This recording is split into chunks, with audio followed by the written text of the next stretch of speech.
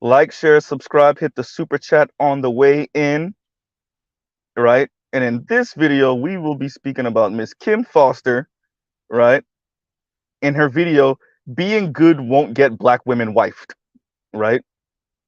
Um, but I titled it Kim Foster and the Myth of White Womanhood. Um, for those of you that checked out the link in the description, you already know why. Because we get into the weirdo type of talk of, you know, this kind of weirdo talk, and I might use a bit of profanity this morning, so watch your kids' ears. This weirdo kind of talk of hoes be winning if they white, right? Which is what that's pretty much where Kim is going, right? Once again, the myth of white womanhood. Hoes be winning if they white, right? White men don't care about body count. All of a sudden, white men who are all over the white manosphere, railing about women's body counts, talking about women being in the three figures of body count, right? 100 plus body count. All of it. Kim is saying, "Oh, white men don't care about that." Okay, all right, right. So Kim Foster, and by the way, we are um reviewing Kim Foster. For those of you that didn't click the link in the description, we're reviewing Kim Foster on her Kim Foster channel, not the For Harriet channel. The Kim Foster channel is more hot takes. The For Harriet channel is more, studied, so she says, and she does more analysis there. Okay. But yeah, so Kim starts off saying, you know, hoes get the princess treatment. And she's essentially speaking about um Adam 22 and his wife, and in their life. And she also mentions another white woman who talks about fellatio, oral sex, and all this other stuff, and how she got wifed also. So Kim Foster, the Harvard graduate, is using anecdotal evidence to prove that white women can go out here and do whatever the hell they want, and white men will marry them anyway. Meanwhile, all across the interwebs are white women, that includes young white women, complaining, and these are average looking white women, maybe good looking white women, complaining that white men are not checking. Young white men, their same age cohort, would rather be home playing video games, pleasuring themselves. But Kim Foster and I'm using anecdotes also, but I can meet Kim Foster anecdotes with my own. If Kim Foster can use the anecdotes of a handful of white women who are known to be out here, being sexually free, and them still getting married as proof that it doesn't matter, then I can turn around and say, yeah, what about all of these normal, regular 9 to 5 white women of varying attractive levels saying, yeah, the young white men of our age cohort aren't trying to talk to us, aren't trying to chat us up, aren't flirting with us. They would much rather play video games and pleasure themselves, right? Like I said, this is Kim Foster's version of hoes be winning, dot dot dot, especially if they're white, right? Especially if they're white. This is also Kim Foster's version of saying, be bad, ladies, be very bad, because it doesn't matter anyway, right? This is Kim Foster's version of saying, be bad, ladies, be very bad, because it doesn't matter anyway. If a baller man likes you, he's gonna like you, he's gonna take you out, he's gonna chat you up, he's gonna wife you. It doesn't matter. You could be the best woman in the world, you could be the worst woman in the world. The Harvard graduate apparently never heard of mitigating circumstances or things that to mitigate or make situations better for yourself outside of just makeup and wearing, a bra that perks up your breasts. Outside of the aesthetics, outside of beating your face with all the makeup in the world, and that damn near turn your face into a mask. There's nothing else you can do to maybe make a dating experience that could turn into you being married easier, right? Or more likely to happen. Kim is pushing the idea that it's just a big gamble, so it doesn't matter what you do. It doesn't matter what you do anyway, right? I would like to direct Kim to say, like, how do you explain the dismally low marriage rate then?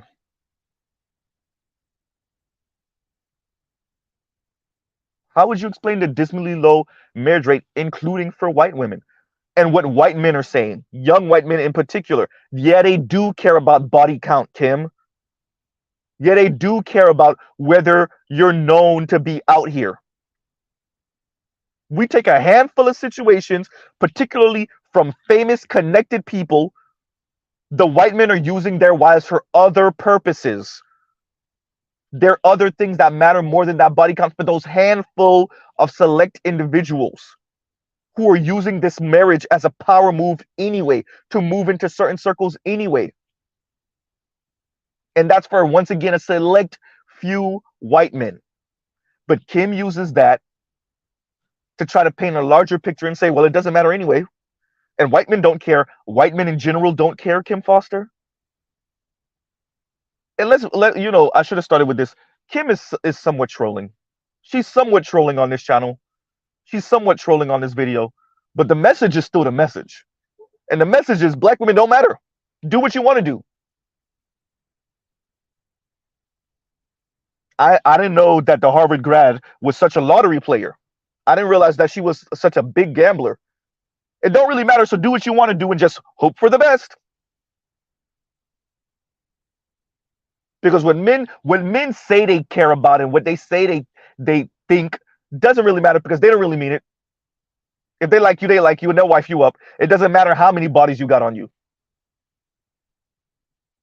And look at the white men. The white men don't care. Meanwhile, all over the interwebs, all over Twitter, all over TikTok, all over YouTube, all over Instagram are white men telling you they do care. I meet your anecdote with other anecdotes, Miss Foster.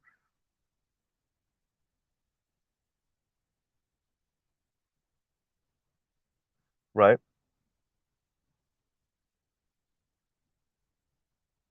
Kim thinks she's slick. She says anti-feminist / misogynistic in the same sentence. She says it just like that, right? Like it's the same thing, number one. When we say anti-feminist, we're talking about a-hole, snarky, mean, condescending a-holes like you. Classist a-holes like you, Miss Foster. When we say anti-feminist, we're talking about women like you. And you know we're talking about women like you. That's why you're trying to frame us as being misogynistic. Because it's your God-given right to be an a-hole and still get a man. Shout out to your man. Nigga, TikTok. Have fun.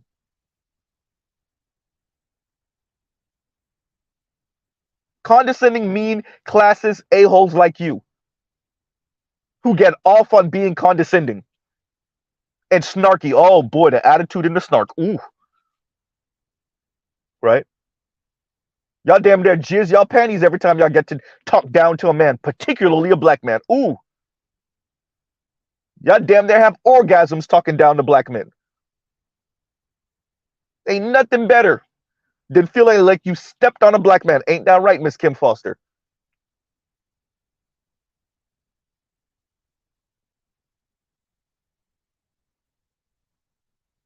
Somebody check her panties. Right? So she thinks she's slick by trying to slide in anti-feminist and misogynistic, like they're like they're one and the same.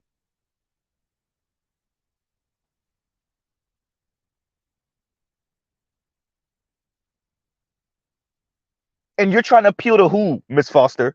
White men are getting white women together right now. Who exactly are you appealing to?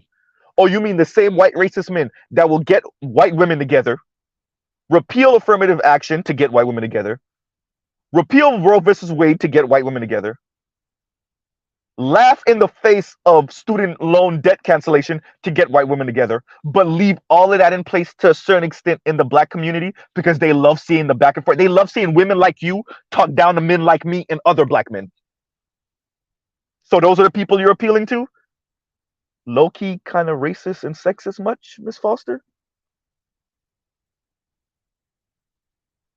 Hmm? Y'all remember when she was begging white daddy to come in and regulate passport bros, right? Y'all don't realize what type of woman Kim Foster is yet? She is definitely the one to grab the white racist tool off the table to hit a black man upside the head with. Oh, most definitely.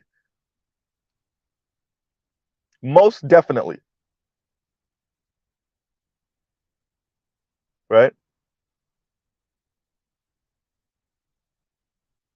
She thinks she's slick trying to say anti-feminist and misogynistic in the same sentence. Here's something for y'all. Y'all don't really mean that y'all don't want to be stepdaddies, black men in particular, right? Kim says the men on the internet talking about not wanting to be stepdaddies is, excuse my language, bullshit. Kim, explain the lower divorce rate. I mean, excuse me, explain the lower marriage rate and explain men, black men in particular, saying no. See, what Kim Foster is pushing is that men shouldn't have any standards, period. None. Your standards are sexist. Black men, your standards in particular are sexist and informed by European beauty standard and European Christian ideals of femininity and masculinity, which you need to get rid of, especially the ones that don't benefit black women like Kim Foster.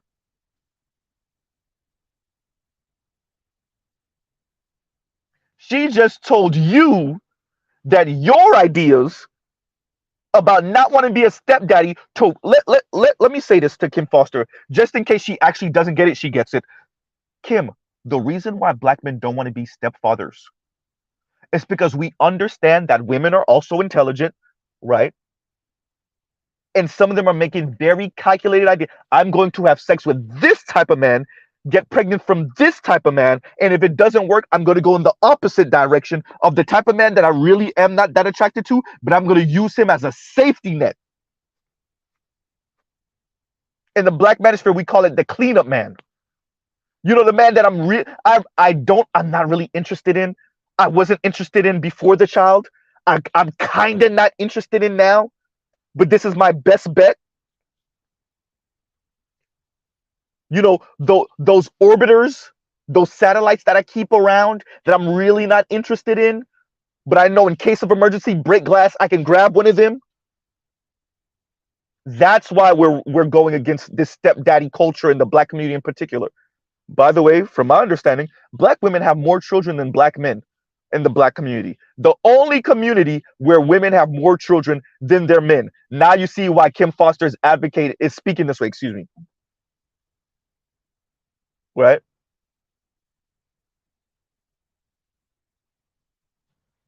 Now you understand why Kim Foster is speaking this way. Because black men are supposed to eat whatever black women give them, particularly the black women like Kim Foster. Kim Foster ideology is a holdover from the 70s and the 80s. The intellectual Ivy League going to black women that intellectualize their misandry. Shout out to Toya.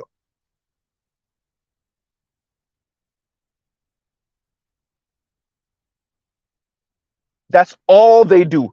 They pontificate and bloviate, and all they do is find interesting ways of intellectualizing their misandry, particularly directed towards black men.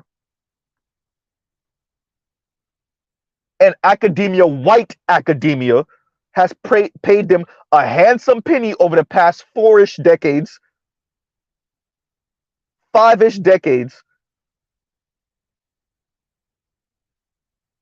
to use 4 and 5 syllable words to essentially say black men ain't shit. That's all it is. Just intellectualize and use 4 and 5 syllable words to essentially say black men ain't shit. We have watched Kim Foster call us useless. We have watched her be snarky. We have watched her with her weird ass ideas of man and women relationships.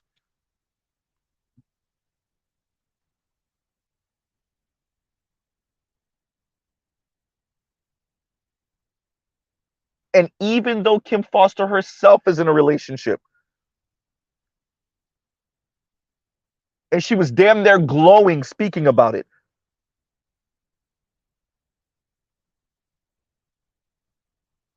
Because whatever she got going on may have worked for her as a Harvard grad. She's telling other 9 to 5 black women, the same black, wait, let me get this right.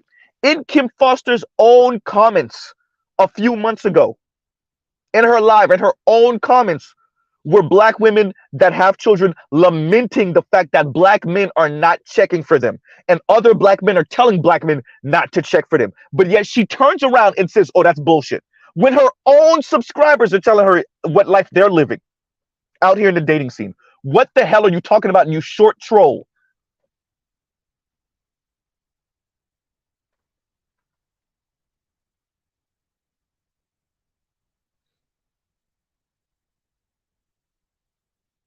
Men, black men in particular, not wanting to be stepdaddies is, excuse my language once again, bullshit.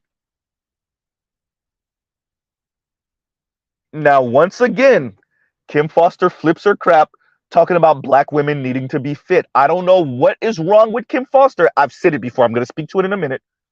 With whenever the conversation of working out, keeping your body right, even for you, but definitely for a man, comes up, something clicks in her, she starts getting that eye twitch, right?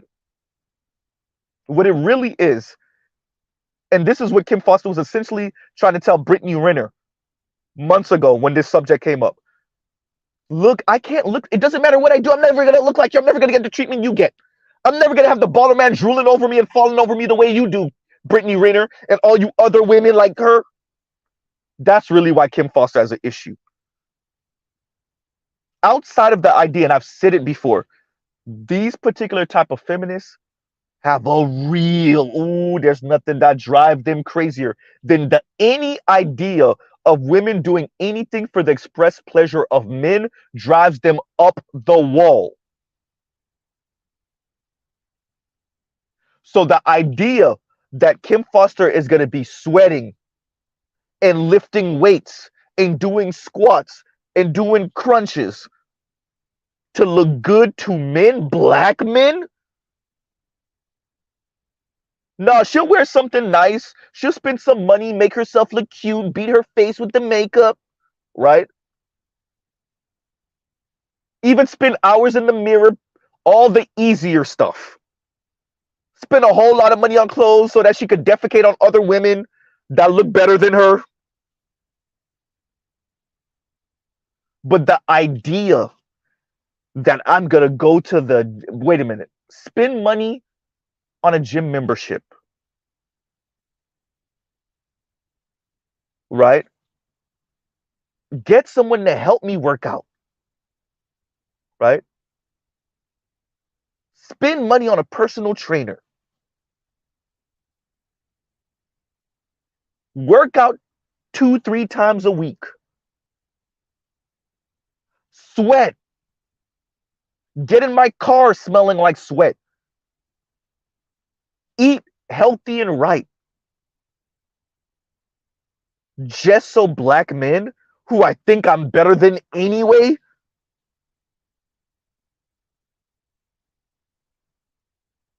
could, in her mind, and this is how she's thinking, in her mind, could overlook me for the Brittany Renner still?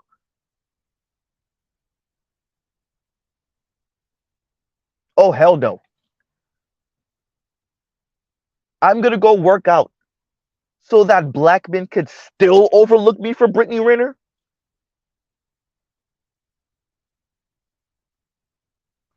Vince Lindsay, you see what I'm saying? And it's funny you say that. And Vince Lindsay says, you sounding like Shearer now.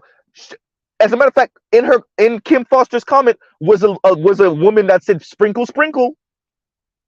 They all going down that road of like being bad is good. Manipulating men is good. Being an asshole is good. Right?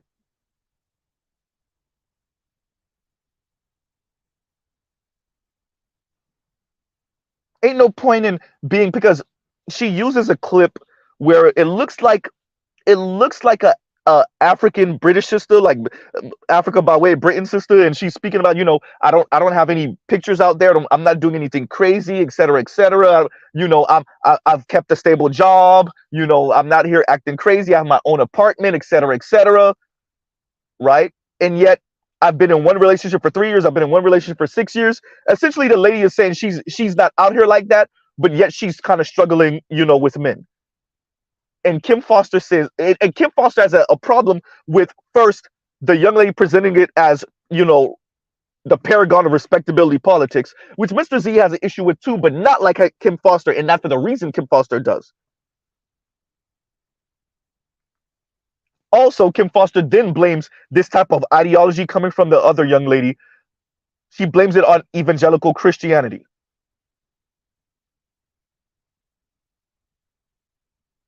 Right?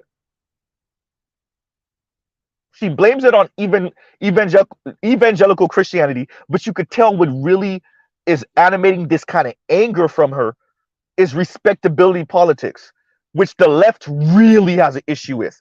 And I do too, but for different reasons. I do think that comporting your way a certain self, speaking a certain way, does mitigate for certain fallout. Not all the time, but some of the time. And it is a best practice. But Kim Foster and other feminists like her have a real issue when other women say stuff like, I'm pretty respectable. They don't think that women should be respectable. Definitely not for men. Definitely not for a black man.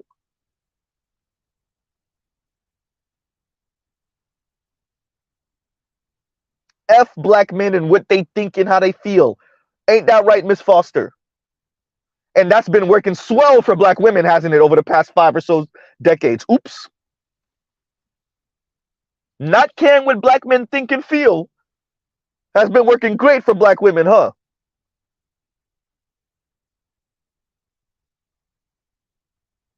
And then pretending like you don't got to care what white men think, or white women don't have to care what white men think. Yeah, that's it. White women could do whatever the hell they want sexually, and white men still magically marry them. Yeah, okay. Yeah.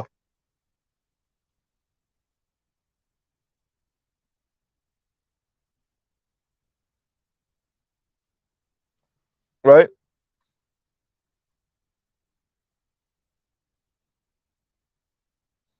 Kim tells black women to do whatever you want to do. Once again, it doesn't matter, because what are you gonna not do whatever you want to do for these 8-ish black men?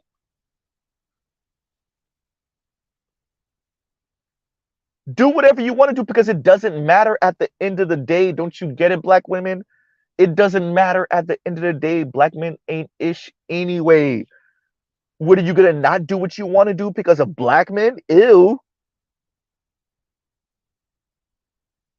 What are you considering his feelings? What he thinks? What he thinks is proper and appropriate? What are you, his slave? What are you, his maid?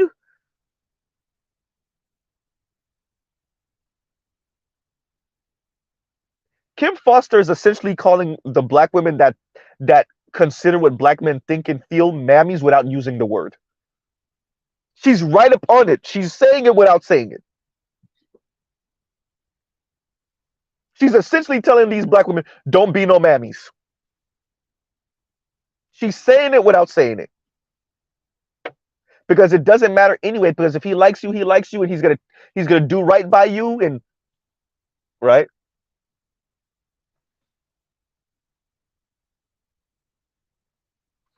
And remember, Kim Foster's in a relationship. And look at the advice, and look at how she's speaking on men, black men in particular.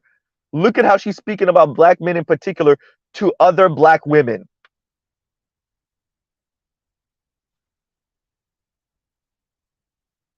Right? Now to black women. Remember, Mr. Z keeps telling you, Kim is going to use you ladies as weapons against black men. And if you end up single and miserable, so be it. She thinks it's better that way anyway. To N.M. Hawkins, who was in my comments for a previous video. No, it's no, I don't think that people that are single are automatically miserable. Black women that are single are automatically miserable. But way more black women are single and miserable and trying to pretend like they're not, and everybody knows you are. By the way, your homegirls are snitching y'all out. Your black friends, even your white friends, are snitching y'all out. Your sisters are, your literal sisters, I mean like your biological sisters, are snitching y'all out. Your nieces are snitching y'all out. Everybody knows y'all are trying to keep this stiff upper lip and pretend like y'all are not miserable. I'm not saying all of you are miserable. I'm saying way more of you are miserable being single, pretending like you're not. Once again, I would like to direct you to Lonnie Love as an example.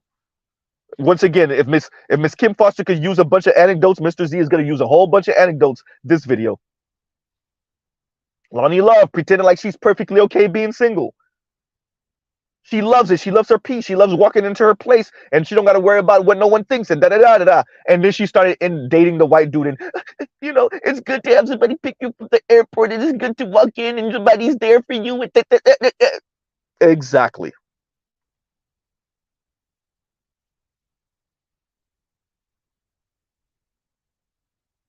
I just want my black women to love and open your hearts and yeah.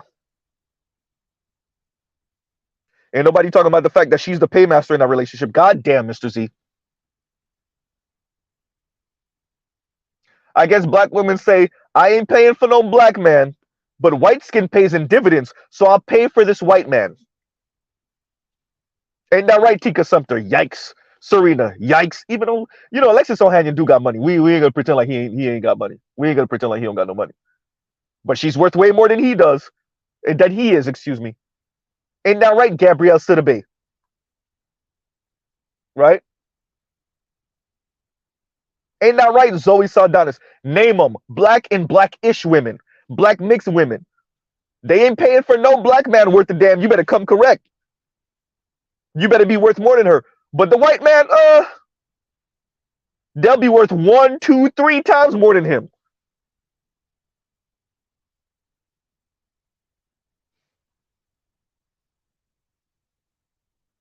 Right?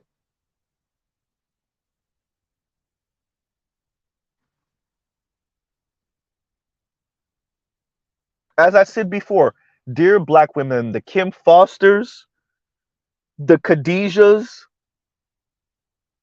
the Yannies, the Chrissies, the Paris, the Cynthia G, they're willing to watch you be alone, miserable, single. Like I said, not all women that are single are miserable, but they're willing to watch you do that. Watch you be miserable single. Watch you cry yourself to sleep at night. Watch you buzz your clit right off with that rose toy. They're willing to watch because they think that that's better for you than being with any regular black man, with any black man they deem as unfit. Not you, but them. And plus, they're using you as a weapon, as cannon fodder against black men. So they're always going to have these weirdo takes for you. Meanwhile, you go month after month, year after year, single. Now y'all doing the celibate thing for some of you. Year 1, year 2, year 3, year 5, year 10, year 15, year 17, year 20. Because the Kim Fosters of the world tell you that's better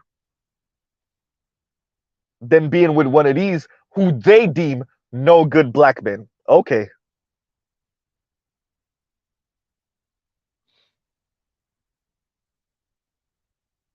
Right? And y'all like, share, subscribe, hit the super chat. Right? They're using you as cannon fodder against black men, black women.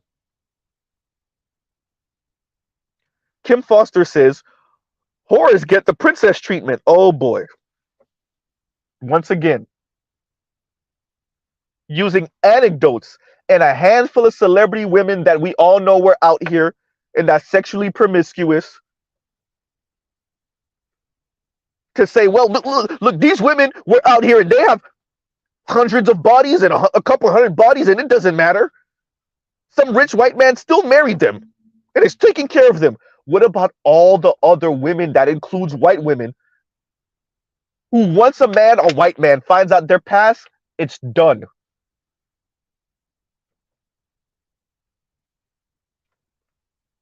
And there's far more women like that than the women you're speaking about. Far more.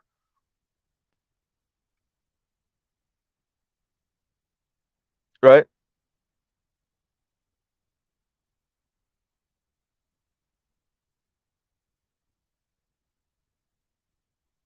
Kim Foster uses these anecdotes to make a very concrete statement, which is, once again, black women, it doesn't matter. If he likes you, he likes you. And to a certain extent, she's right. If he likes you, he likes you.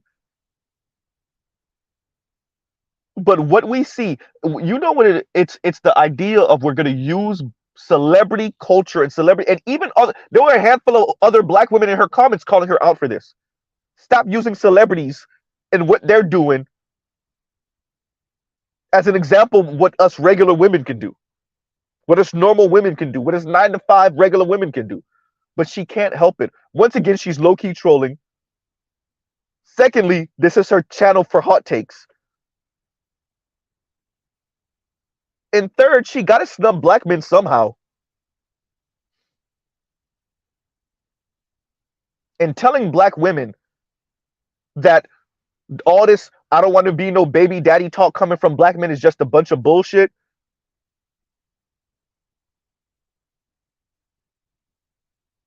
Excuse me, I said baby daddy. Sorry, stepdaddy. Stepdaddy. Because black men don't want to be baby daddies either, by the way. But all this idea of black men saying they don't want to be, and these are her words, she said bullshit. It's bullshit. Black men don't actually mean they don't want to be stepdaddies. Right?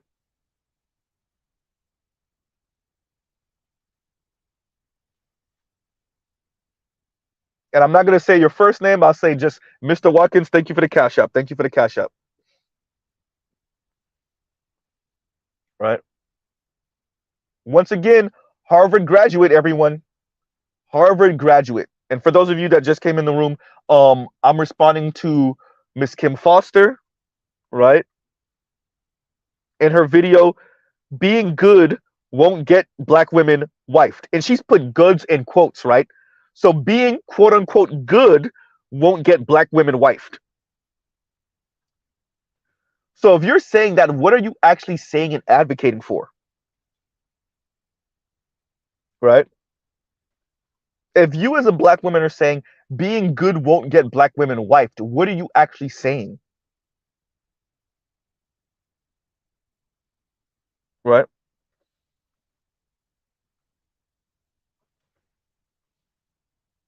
And once again, it's a backwards way of saying it doesn't matter what black men are so defective and deficient. It doesn't matter what you do, black women.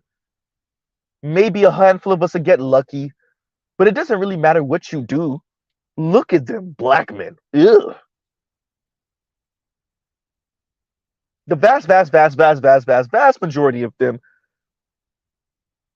are so pathetic. Why would you ever want to do anything for them? Right? And once again, it's this idea of like infinite freedom, liberty, without any consideration of what a black man in particular, thinks or feels. Which I grant black women, you can live that life. Comes with consequences, though. Right? These people really have an issue with maybe having to consider what a black man in particular, thinks, feels, wants, aspires to, what he finds attractive in women, in black women. Once again, they have a real issue with women doing anything for the let's say that again. They have an issue with women, black women, doing anything for the express pleasure of men, particularly black men. Right? Once again, her statement, whores get the princess treatment. You use a handful of cases to say whores get the princess treatment. They'll use a handful of black celebrities or white celebrities and say, look, these women did whatever they wanted to do sexually, and some rich white dude or some rich dude came and wifed them anyway. Meanwhile, you have, talk about whores, hordes of women who, because of their sexual history in their past, have been essentially barred by the consensus of men, regardless of race, for any type of consideration to be any man's wife. Dear Kim Foster, that's why so many women go LGBTQ in the black community. God damn, Mr. Z. They done burnt every damn bridge they got with men in general. They go from black man to white man to same sex. Because guess what? Men care. Uh-oh. And we're not pretending to care. We care. And yes, there's some exceptions to the rules, but no one, everything in life tells you you don't use the exception to the rule to disprove the rule. But all of a sudden, Kim Foster thinks, because she used two white women in this case, because you got two white women you're using as the exception to the rule, that automatically disproves the rule. Men care about body count because it says something about your judgment, dear women. Men care about body count because it tells us about your judgment. And it doesn't matter, once again, how you try to remix this. Rest in peace, Kevin Samuels. They want cheese pizza. Men want cheese pizza, Kim. You could attempt to try to shame men, black men in particular. Say the stepdaddy thing, that's bullshit. You could do whatever you could sneer at the idea of women trying to stay fit. You could do all of that. Men care. And women cannot care what men care about and deal with the consequences. A handful of you will get lucky and win the lottery, and some man will take a liking to you anyway, and the vast majority of you, it won't work. And now what? Right? Now, Kim finally says something that me and her can actually agree on. Classist Kim just came out. Of course, Kim Foster, you've always been a classist, at least on YouTube. So this is a response to Kim herself saying, you don't even got nothing to going on. In other words, she's saying, like, all these men that don't have anything going on, talking about what your standards are and what you won't settle for. So she's trying to flip what men are saying, black men are saying. She says, and excuse my language, right? Kim Foster is essentially saying, nigga, y'all are nobodies, and you talking about what you won't settle for. You don't got nothing going on. Oops, that's classist Kim just came out. Kim, you've always been a classist. Mr. Z been calling you a classist. I don't know if that's a response to me in particular, me and my little channel, but Mr. Z been calling you a classist. You're a classist, elitist asshole.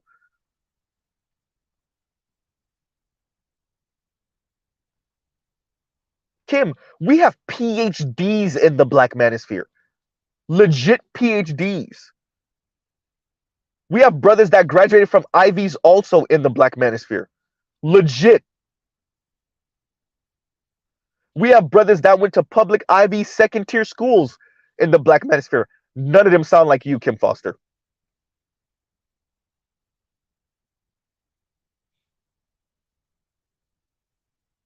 At best, some of them walk close to the line of classist, elitist asshole.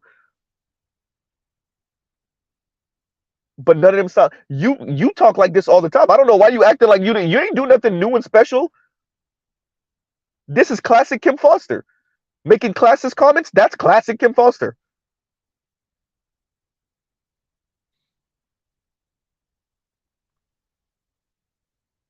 Right? Classist Kim came out, and classist Kim is going to lead a whole bunch of regular, normal 9-to-5 black women who actually need men because they earn less than $60,000, $50,000, $40,000 a year. She's going to lead them into a life of misery, singleness, and low-key poverty. High-key poverty. I told y'all, they're going to walk y'all off the edge of the cliff, and right before you fall off, they're going to pick your wallet. And Kim Foster, who herself is saying she earns some $300,000 a year,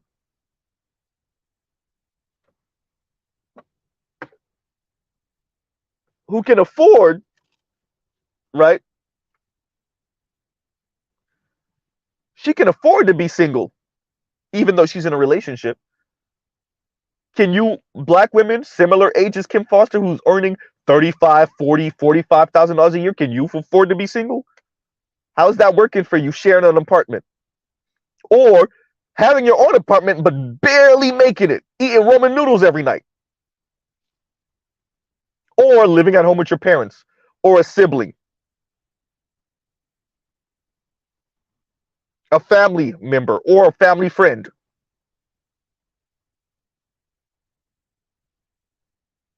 Keep taking advice from the Kim Fosters of the world, who are using you in their jihad against black men. I said it already. I called it.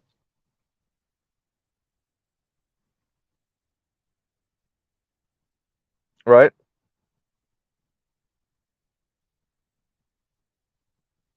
So she said, Classist Kim Foster just came out. Or Classist Kim just came out. No, Kim, you're always a classist asshole. There's no open door, closed door. The door's always open. Shit. Forget it. It's open air. There ain't no roof, there ain't no nothing. There's no door, there's nothing. There's not even a threshold where a door used to be. There's nothing. You're just out and out open classist. Own it. Own it, Miss Foster. And I will continue to tell other black women, oh yeah, y'all keep on following or listening to her. She can afford to be an asshole. Financially, she can afford it.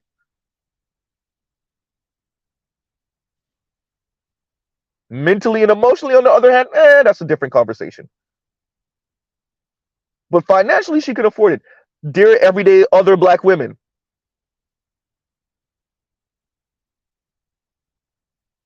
can you afford it? Can you afford to think and feel and move like Kim Foster?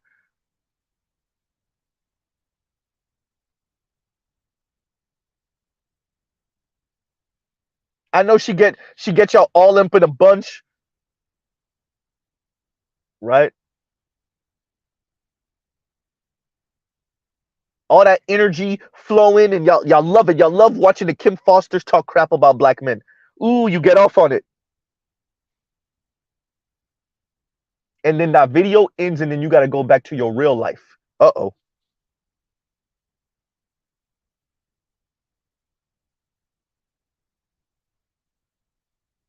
Right? But Charles, she essentially already admitted this. What's beautiful about the internet and the black manosphere, low key, more and more the black women admit. What I said, Cynthia G admitted she's trying to destroy the black community. And I'm responding to Charles Irby's comment that says, I wish Kim Foster just admits she is the ugly duckling. She hardly got chosen. She is on a jihad against the black men who didn't choose her. That's all.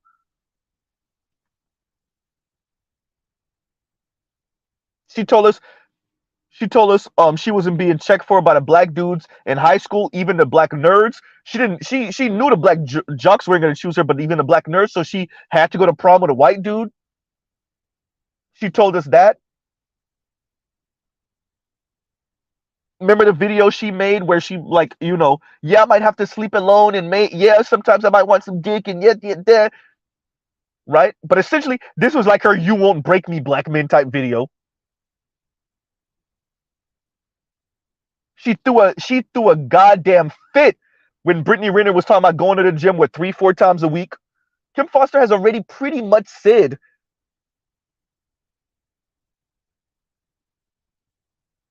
that for the most part, the type of men that she finds appealing do not find her appealing. She has pretty much said that already.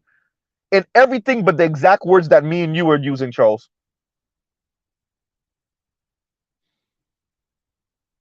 And she'll never actually say it like that, because then it's just bare what her channel really is. They'll talk around it, and there's so many people like that, women in particular. They'll talk around it, but they'll never actually just come out and say it, because then everything they portray on the interwebs becomes just so much more clear. Oh, you just an angry, bitter, short troll throwing a temper tantrum. I told y'all they're petulant children. And that's all Kim Foster is. A petulant child throwing a temper tantrum, being verbose and polysyllabic all through the internet. She's hiding behind 4 and 5 syllable words. And black philosophers and black civil rights leaders from yesteryear.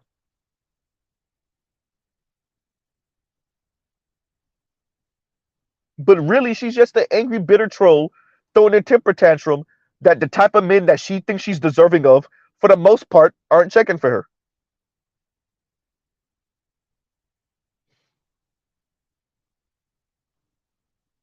Kim Foster, Ketanji Brown Jackson has a white husband. Y'all don't look too dissimilar. But Ketanji Brown Jackson doesn't necessarily look like a complete and total asshole, and doesn't look like she gets off on being that anyway. The Kim Fosters of the world just have an issue with men and their ideas and concepts about beauty, in class, and femininity. They have an issue with the idea of actually having to care what men like and think and feel. So it's not just black men, it's white men too. She ain't doing it for no man. I don't even know how this works with her and her man. Shout out to you, brother. Whoever you are, shout out to you.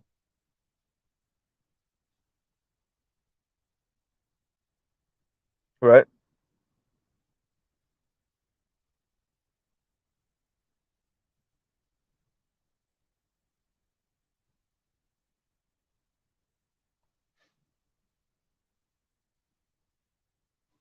So there were women in the comments, like I said before, saying sprinkle, sprinkle, right? So this is where you, once again, don't be good, black women. Be bad. Be really bad. Manipulate men. Play men. Ouija boards. Black African goddess, right? The Orisha, all whatever voodoo, whatever Okomi, whatever weird spirituality or whatever we came up with all of a sudden, or whatever legit black African spirituality that we're gonna remix because we don't actually want to follow all the rules and tenets. We just want to pick and choose. Anything that we think that's gonna get us what we want, or at least make us feel better about our situation, once again, that we're going to remix because we don't want to actually play into all the standards and stereotypes and the rules and the norms. Yet again, they Shira 7 on.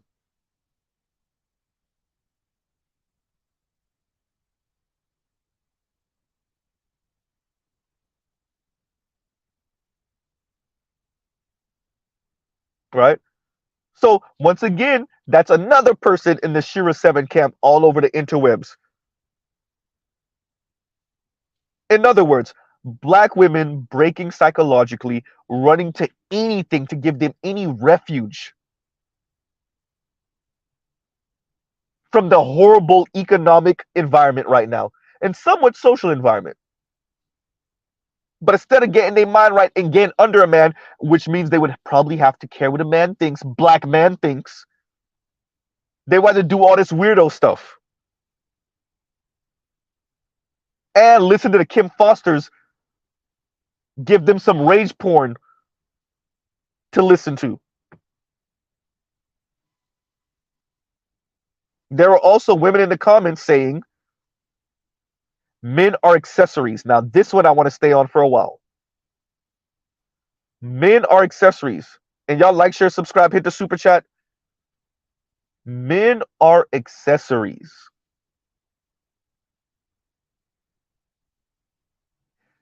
Dear Kim Foster, the way you're speaking around things, your subscribers are just getting right to it. They know what you're really saying.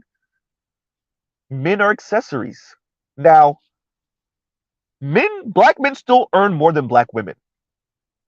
As we've said before, black men still earn more than black women, Black men still have better savings rates, still have better credit scores, still employ more people, still work more hours, etc., etc. Even if it's by the smallest margin, black men still earn more than black women, period. What does it look like for the group that's more in need financially? Uh-oh. Yeah, Mr. Z going there. To say the other group is the accessory. Are you sure you want to have that mentality, whoever you are, young lady?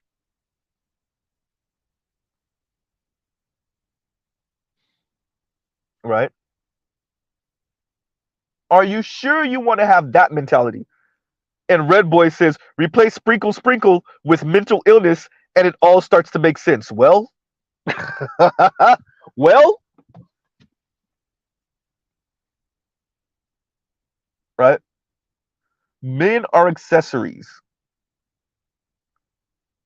You got to be careful now, ladies.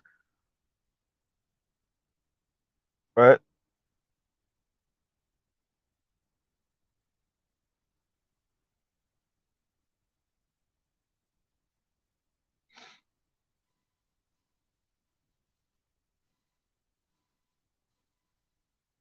Also in the comments, and this was a response to the original video that Kim Foster covered, right, with the African sister speaking about, pretty much being a respectable woman and still struggling, with men.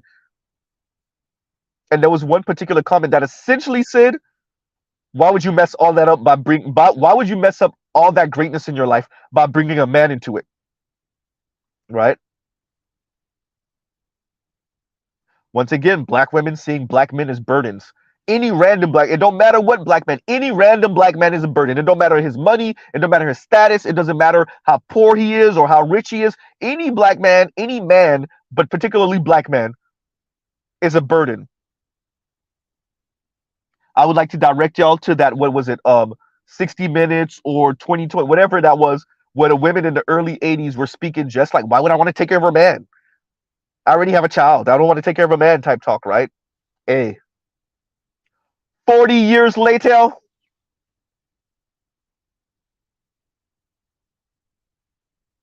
right? Nothing changed. Why would you want to pretty much destroy your great life because the young lady was saying she has her own apartment, she's doing well, financially she's good, etc., etc. And in the comments, the young lady said, or the lady said, why would you destroy all of that by bringing a man into your life? I don't know, because she's single and she's speaking about this on TikTok like this because, we're assuming she's single, but she ain't happy, right? That's why.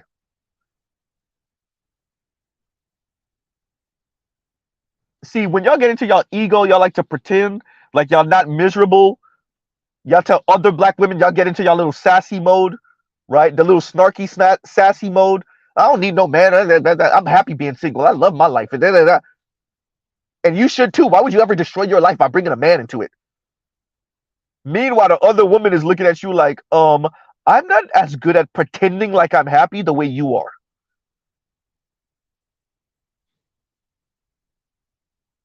I have this TikTok video I created speaking about it. You're the one in your ego bag pretending like everything is okay. You forgot last week you called me crying yourself to sleep at night because you were single.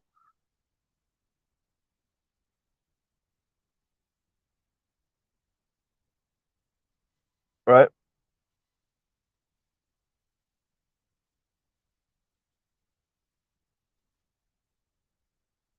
And so even in the comments were women really expressing Pretty Woman, the movie type of ideas, right?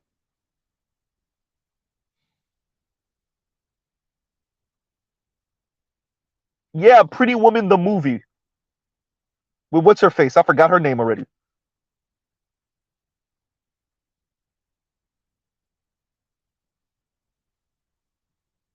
So that's what we see. So they have these weirdo Pretty Women ideas. So I'm going to be out here essentially being a streetwalker, right? Julia Roberts. Thank you very much, Charles.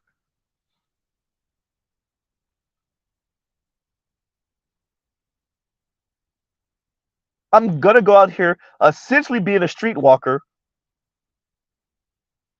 and some rich man, some rich white man, rich attractive white man is gonna see me and scoop me up and just whisk me away.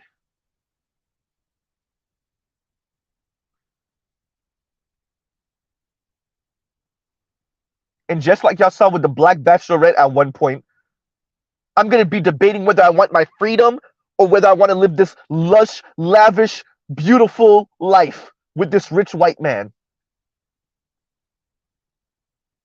Right? Do I give up my freedom or do I get whisked away by this rich, white, attractive man?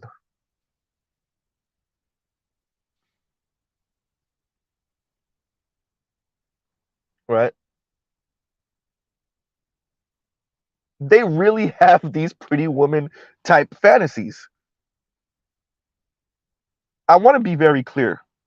For the most part, it's not black men gassing black women's head up, especially not black men in the black manosphere. Women come up with their own weirdo fantasies, have it backed by other women,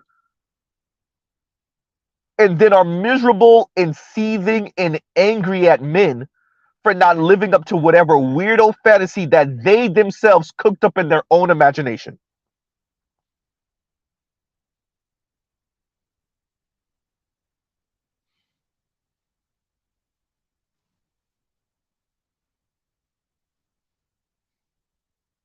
And the Kim Fosters of the world, remember, Kim Foster is a Harvard graduate, everyone. One of the most premier schools on planet Earth.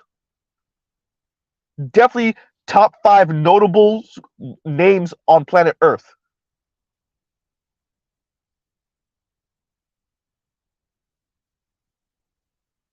And yet she's forwarding these weirdo ideas of hoes be winning, essentially. Whores get the princess treatment, she said. She said whores get the princess treatment because of Adam 22's wife.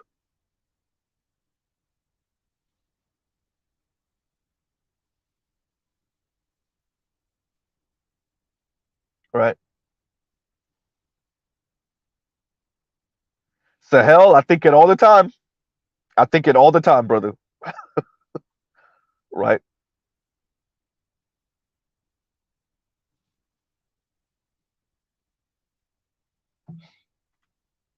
As I said before, and speaking of what you're saying, Sahel, as I said before, she said she lost her virginity in high school.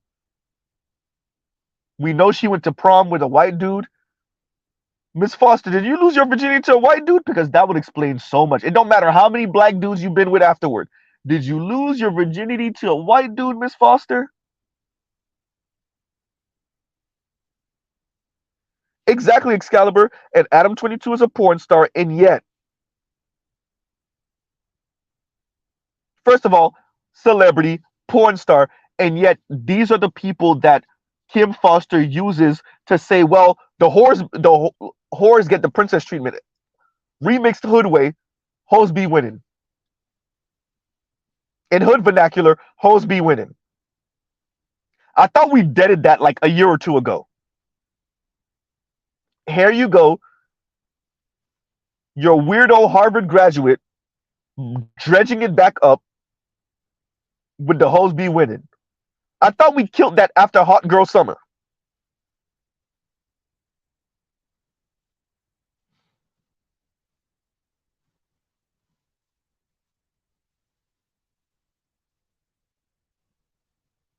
Right?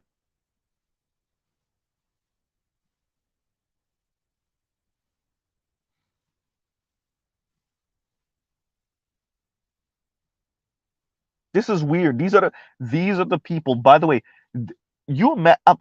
You know what?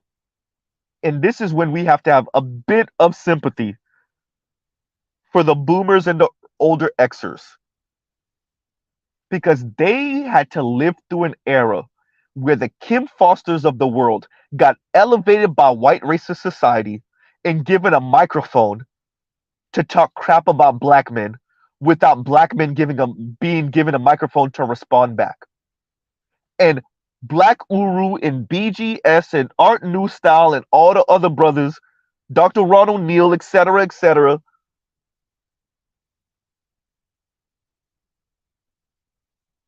had to watch as black women ripped them apart on daily, talk shows and news segments,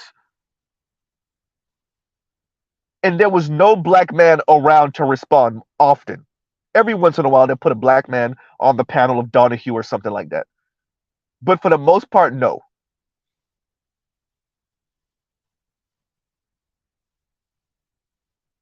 The beauty of the internet, once again, as I said, yes, the internet will expose us all, but it's opened up the town square, and now black men get to respond back to the Kim Fosters.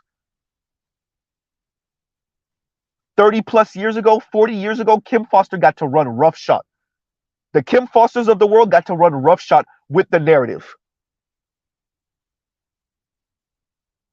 They got to put it in movies, they got to put it in music, they got to put it on talk shows, they got to put it in newspapers, in magazines. Everywhere you went with no response. They can't do it anymore. It doesn't matter how big the white microphone is. Shout out to Tiffany Cross. They can't do it anymore without a response. Shout out to Ebony K. Williams. It doesn't matter how big the platform is. We can respond now. And yeah, y'all maybe run the mainstream, but everything once you get off once you leave that set, now you're in the real world.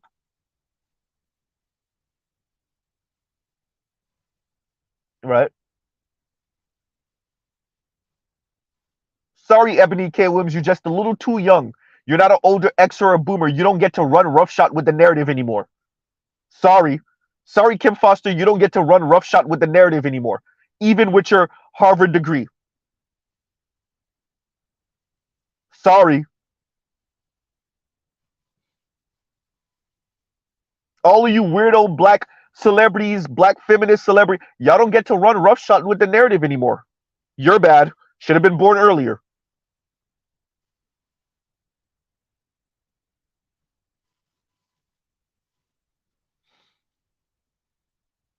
And y'all could continue to parade around your Steve Harveys and all these old heads trying to chastise the black men to make us bow to you. It ain't working.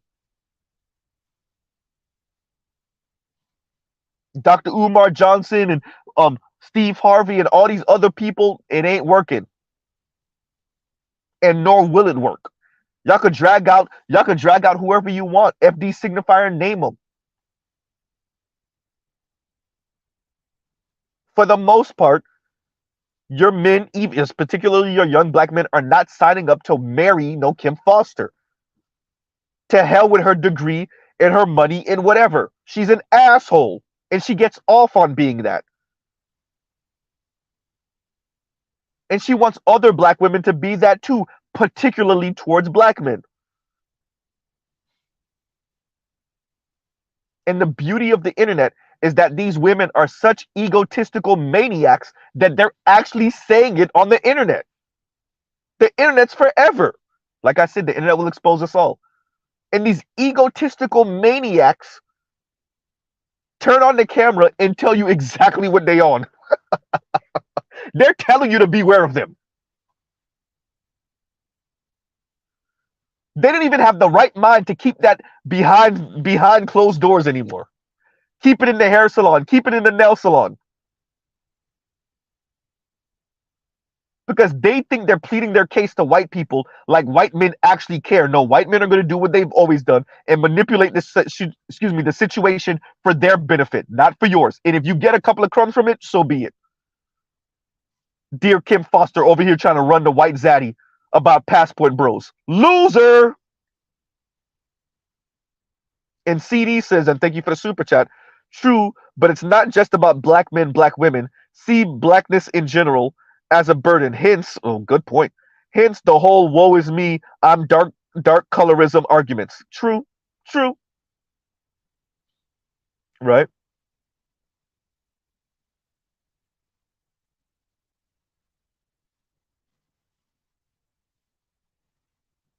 And I got to answer this question.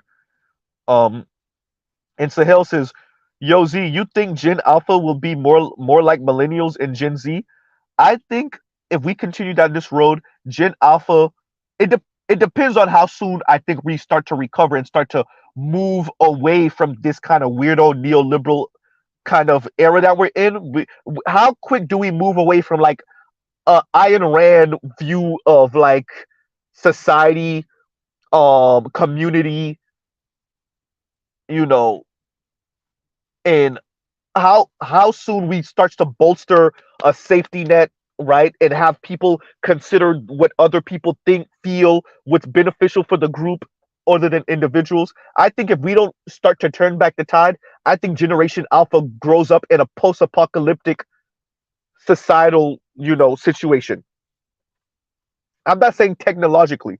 I'm not saying like even necessarily monetarily, although I think the bottom falls out from the middle class and you get a huge gap between the top 1% and their kind of flunkies. And when I call like the top 20% flunkies, I'm not necessarily saying that's because y'all are kissing the top 1%'s ass. I'm saying like we're doing the bidding of the top 1% for the most part, and then the bottom 80, right? And that's the solidly middle class, which we consider the solidly middle class now, and poor and working class, et cetera, et cetera. I think if we don't make a turn, I think Generation Alpha grows up in a post-apocalyptic societal environment, and I think it just becomes so, because your average person doesn't necessarily, they don't know how to articulate it, I would argue, yet. That's why when you talk to family members about the type of stuff that we talk about in the Black Manosphere, they don't really get it. Even white people, your coworkers, they see it, but they don't know how to necessarily articulate it. They don't have the words. Um, I think it becomes so blatant that we've turned marriage into an elite institution. I think as the Generation Alpha come of age, that would become so blatant. It's like it's not even worth arguing or debating anymore, right? So to answer your question, I think it all depends on where we go in this split in the road that we're in right now. If we reel this back and you know put in some social programs that kind of level the playing field and like that make marriage more tenable for poorer people or more middle class and working class people, we push the idea of like thinking about others both to boys and girls. We somewhat reinforce some type of gender norms which the LGBTQ community is going to absolutely hate. Then there's something you can reel back from this. I think if we continue on the road that we're in now, shit. Right?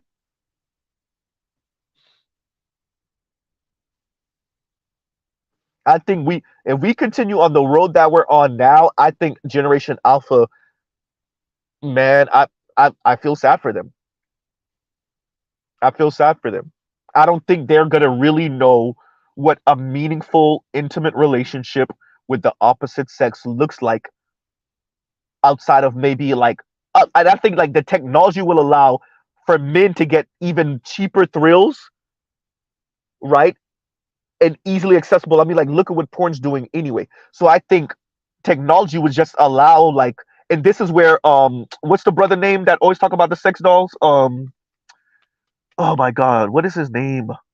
The young brother. Oh my god, the African brother. I forgot his name. Jesus Christ.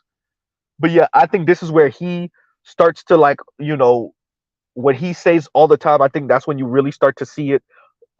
It's not Homer. What is this? What is the name? Jesus Christ. Somebody put down the brother's name, the African brother that speaks about this all the time.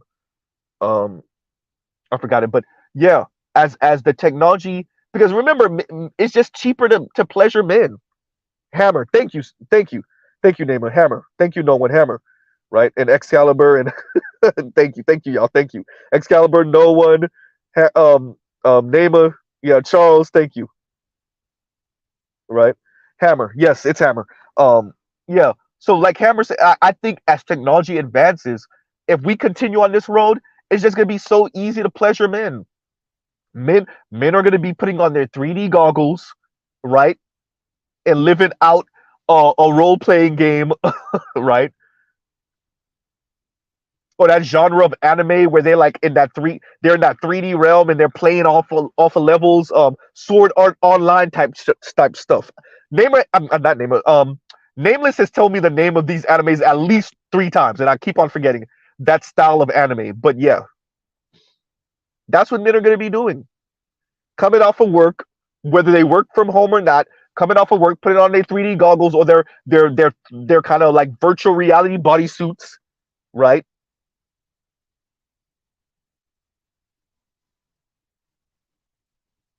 And like doing that and then taking the goggles off before they go to sleep, smashing their sex doll and calling it a night. Or their little jack off machine that they have and calling it a night. And black women and women in general will just not have an answer for that. If they think they're throwing a fit now because of internet porn, they're just not going to have an answer for that. And that's just going to be so much easier and better for men. And like the white woman said that Phil covered, that I also covered, the young white woman, like they just see porn as easier and they don't want to really deal with a real woman. Y'all say that in 2023. What are you going to say in 2033? I'm sorry, not even 2033. What are you going to say in 2043, 2053? And for many of us, millennials, younger Xers, older Gen Z, that's in our lifetime. 30 years from now is in our lifetime for those of us, in our early 40s, mid 40s, early 40s, right? Late 30s, mid 30s, late 20s. That's in our lifetime, right?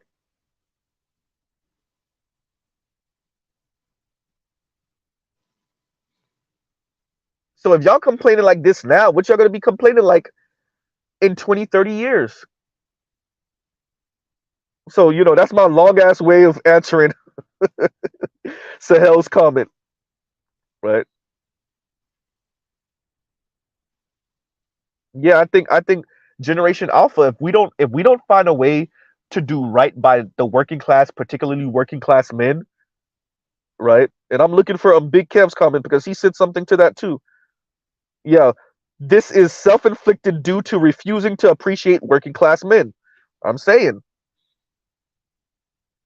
and we don't do right by working class men and reimagine labor, right?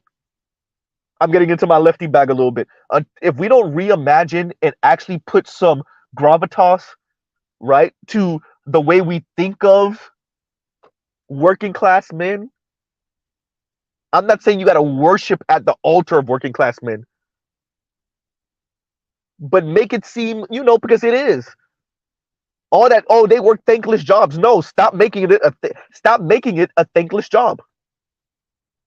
We can socialize young people to appreciate working class men and still at the same time aspire for more, or want to be maybe white collar in somebody's office that's higher up, be in a corner office doing big things. We can do both, but we don't want to. And this is once again, excuse me, a holdover from killing the unions in the 80s, from Reaganomics, from neoliberal assessment of working. This is Milton Friedman. This is the Chicago Boys.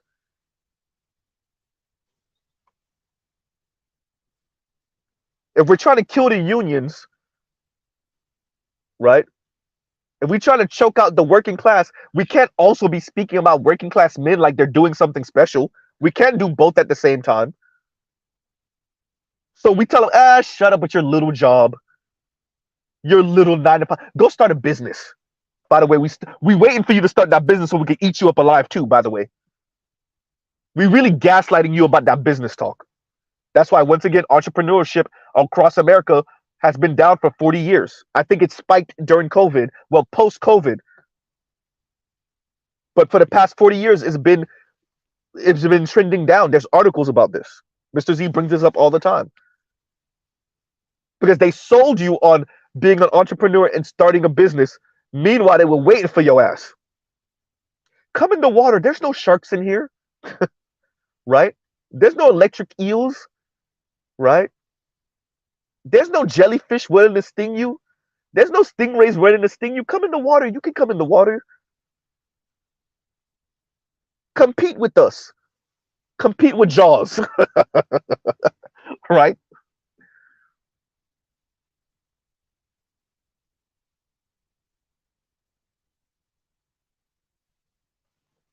So that's my super long-winded way of answering your question, Sahil. So Sahil, right?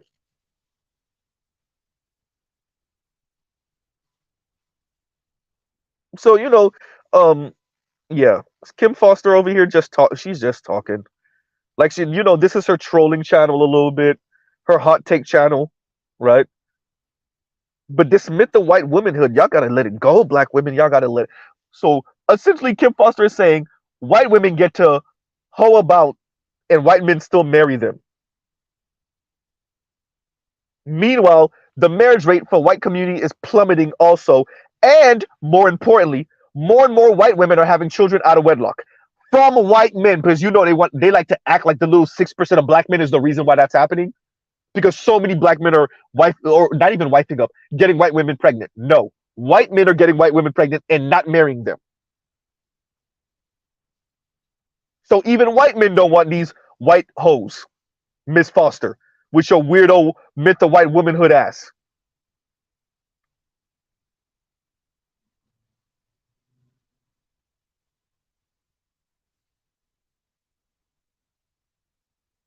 Right? And dear Kim Foster, marry who for what? Wife up a hoe and then the hoe still divorce you? Y'all imagine? You imagine marrying a woman that you knew was out here. You marry her anyway. You have 1 or 2 kids with her, and then she divorced you. You overlooked the fact that she had 3-figure bodies on her. 120, 130. She mess around and divorce you. That's what we're supposed to be trying to marry, Miss Foster?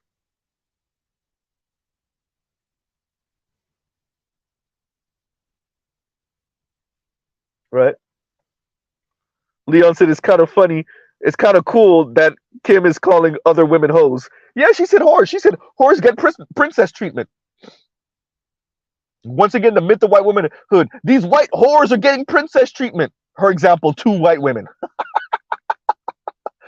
2 white women, right? One of them in particular is a porn star.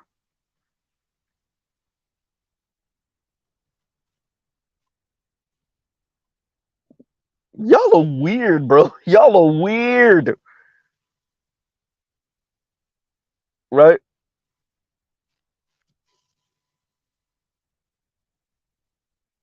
And like I said, Kim is kind of trolling here. I'm going to engage anyway, right? And remember, the title of her video was, or is better yet, being quote unquote good. So being good won't get black women wifed. And so, what I will give Miss Foster is yes, this is a big gamble. It is a big gamble. Dating and mating is a big gamble for men and women. But there are things that you can do to mitigate for a better outcome for yourself. Dating and mating and marriage is a big gamble. I agree with her on that. I agree with Ostefco on that. I agree with them. And any adult knows that. Every adult knows that. There are no guarantees. In love, you take your chances. By the way, I just quoted a Mary J. Blige. I'm just saying. Right? But she was right. She was right about that. Mary J. Blige was right. Ain't no guarantees. In love, you take your chances. She's right. But there are ways to mitigate. And so to just tell black women to just throw your hands up and don't matter, well, if it was already difficult before, what you think it's going to be now? And I would like to direct you to the black community. Kim Foster, you're not even saying anything that black women haven't been saying for decades and haven't done.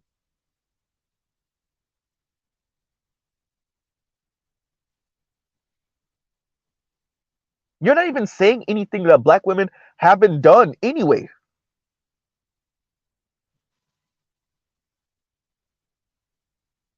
Right?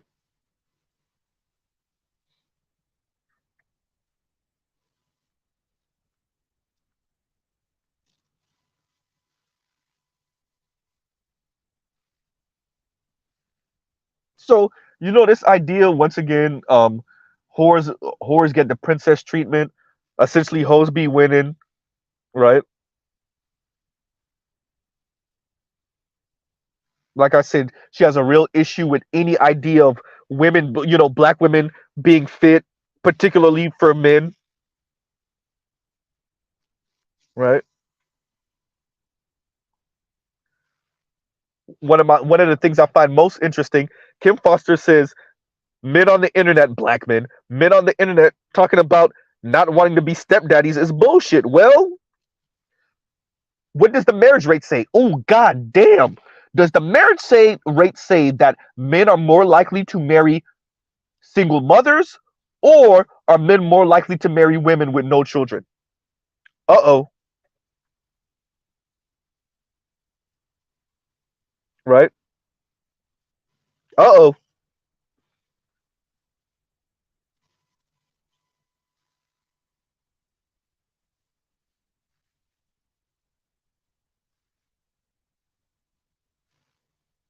So once again, this is another weirdo negative liberty. Women do whatever you want. Black women do whatever you want. And Mr. Z is act. I keep on saying this on my channel.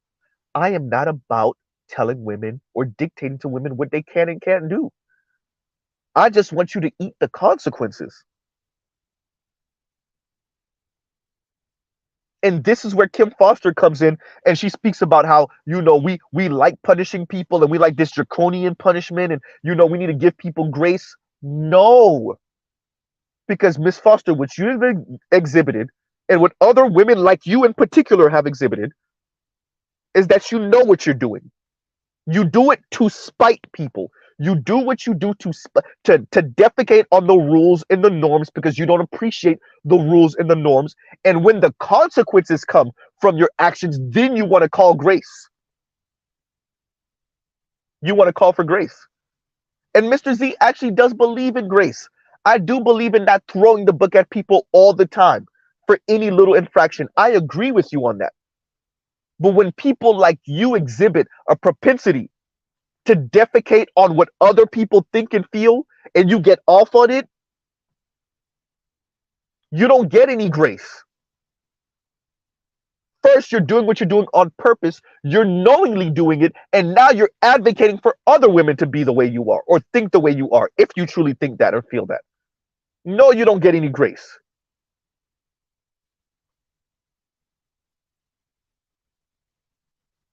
Because it's not a mistake. And I do think there are certain mistakes that need to be punished severely too. But what you're doing is not even a mistake. It's not even like one day you're gonna wake up and have an epiphany. No, you're doing what you're doing knowingly and openly, right? To spite black men, to spite men. And thank you for the super chat, right? Volcanis and Volcanis says, "Mr. Z flaming they ass up." Thank you, brother. Thank you. Right.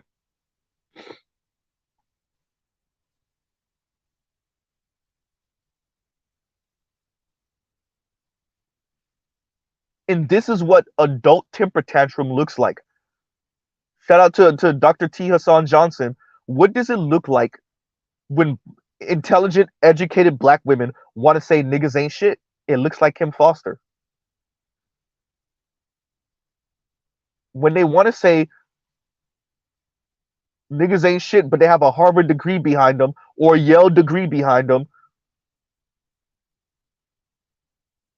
they speak like Kim Foster. And by the way, don't think it's beyond Kim Foster to actually just say it like that also. Right?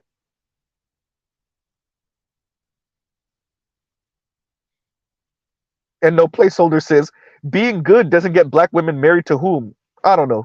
I don't know who she's talking about, right? To white men, I guess.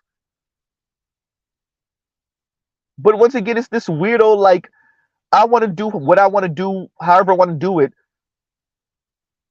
and screw social norms and ideas and concepts, right? Like I said, she has a real stick up her rear end about anything resembling respectability. Y'all have seen Mr. Z go at certain brothers kind of forwarding respectability as a solution to everything. But that's not where Kim Foster is going with it. She has an issue with any type of norms, period, which she couches as respectability. And she also goes at evangelical Christianity.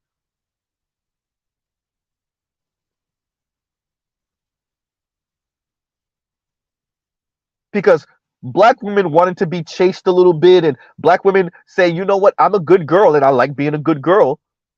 And yes, some of this being a good girl is to appeal to men. Funny enough, Kim Foster sees that as sacrilegious. You ain't really dealing with the sisterhood. The sisterhood is supposed to tell black men, you take me how I am, whatever I am. If I'm walking around here smelling like feces, you take me the way I am. If I weigh 8 billion pounds, you take, if I'm the size of Jupiter, you take me the way I am. Or I'll walk around this entire society destroying your image.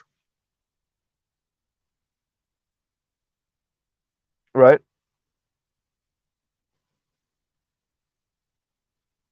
That's what Kim Foster is saying.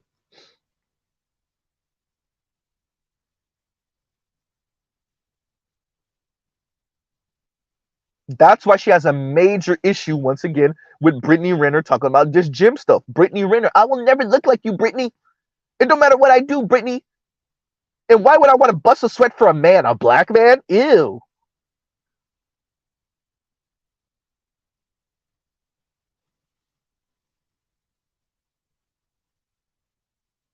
Right?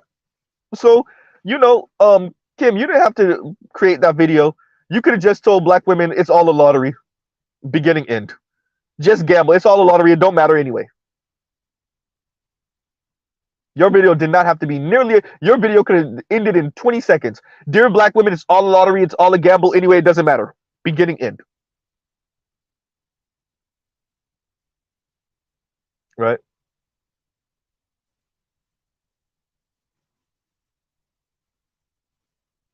Now they're saying being good doesn't get black women married. Now they're all in Shira 7. And what character am I thinking about? Like this, it's good. It's good. Like it's good to be bad, ladies. Be bad. Be really bad.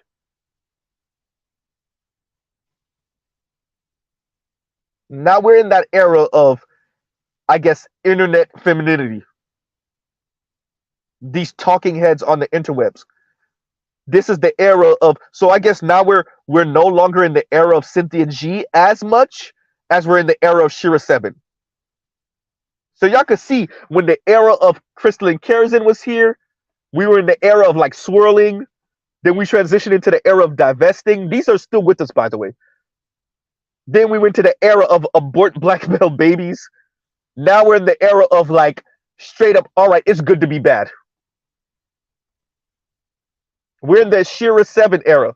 So we went from Crystalline Karazin to the Chrissy and Yanni era and the Paris era. The Cynthia G era. Now we're in the Shira 7 era.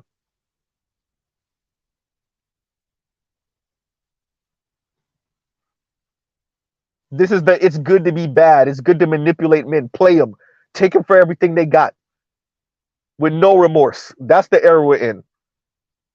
The prey on them era. That don't even pretend, or maybe pretend. It all depends.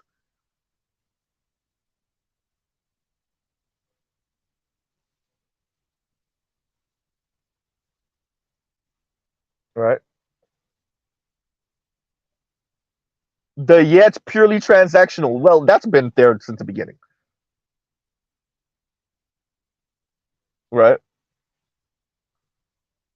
So that's the era we're in right now. This is Shira 7's time, and you will have more Shira 7 wannabes pop up with channels on TikTok, on YouTube, with their kind of weirdo black women spiritual divine talk and, you know, sprinkle low level voodoo talk, right?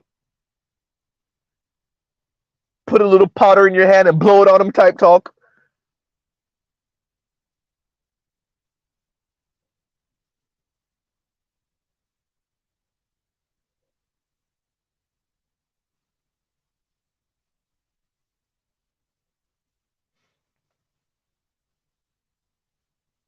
And Sahel says, by the way, Z, with how BGS talks about Manosphere 1.0, do you think the ladies you talk about will handle being forgotten as Gen Z heads into 30s and replaces them? I don't know. Right? I don't know. That's a good question. That's a crystal ball question. I don't know.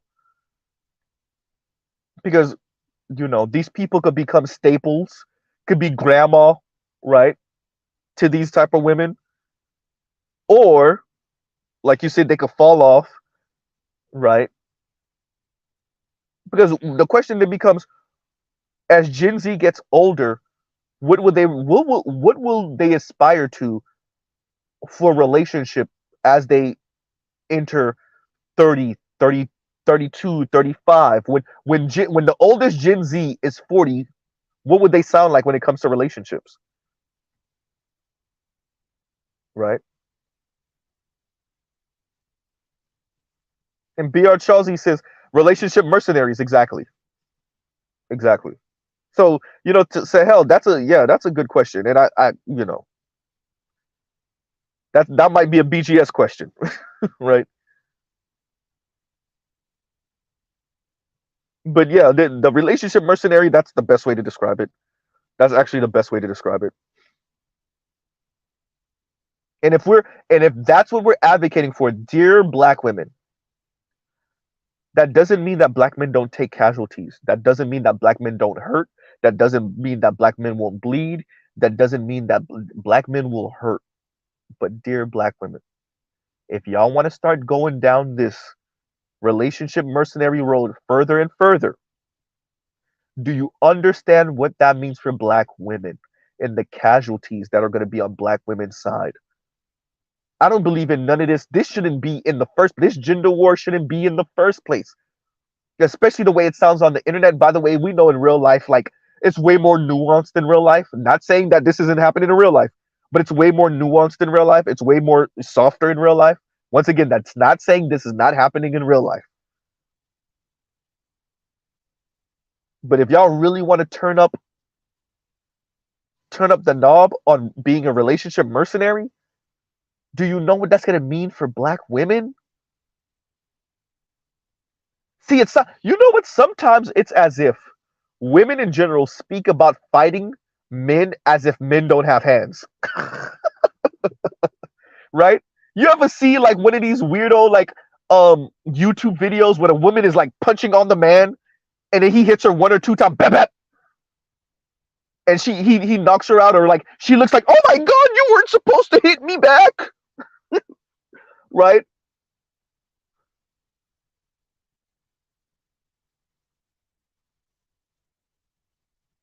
It's weird.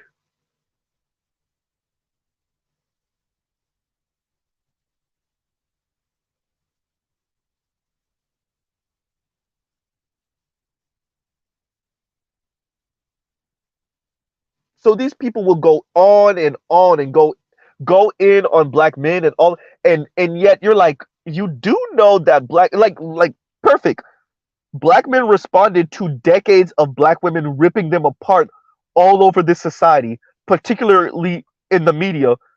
And when Tommy came about, black women lost their minds. But Tommy didn't do the numbers Kevin did. When Kevin came about, they were, oh my god, what did y'all think y'all were doing for the past 40 years? We were telling our truth. And what do you think we're doing? Once again, this also is because black women have smelled their own farts and really bought into the hype that they're morally superior to men. So what they're saying is real, and what black men are saying comes from some sexist, misogynistic, wannabe white patriarchal place. There's no such thing as the myth of white womanhood that comes from black women, but there is black men aspiring to and failing at some type of white patriarchal norm. And so black women going around the media over the past 40 years ripping black men apart about it, well, that's just par for the course. That's the way it's supposed to be. That's the rightful order of things, right?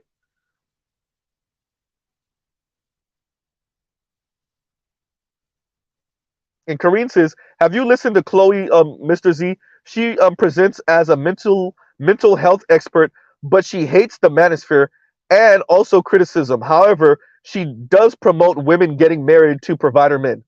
Chloe. I don't know if I've heard of a Chloe. Put it in the comments, right? We'll review it. We'll look it up. We'll see what you're talking about, Karine. And thank you for being here, Karine. And thank you for being here also, Toya. Right.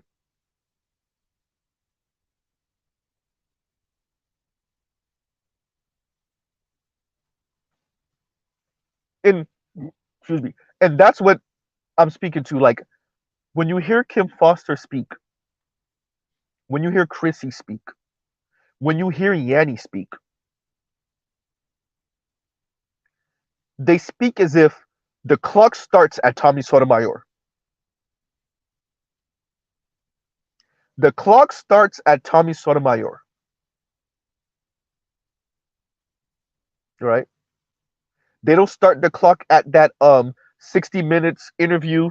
They don't start the clock in the 80s with these talk shows or the 90s with these talk shows. They don't start the clock with Color Purple. They don't start the clock with Waiting to Excel. They don't start the clock with none of that. They don't start the clock with the Macho Book, whatever, I forgot the full title. They don't start the clock with none of these hit pieces against black men. They don't start the clock with the weirdo articles, none of that. They don't start the clock with the ABC special of black women over here looking desperate and loser as hell. It made even Mr. Z cringe. I was in my early 20s.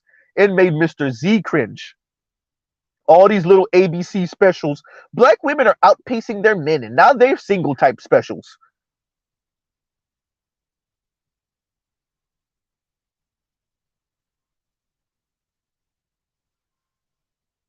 Right?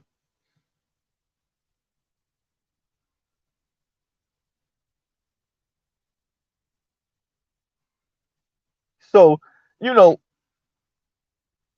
they don't start the clock there. They start the clock at Tommy Sotomayor. They start the clock with Sarge Willie Pete. That's where they start the clock. And for some of the younger heads, they start the clock with Kevin Samuels.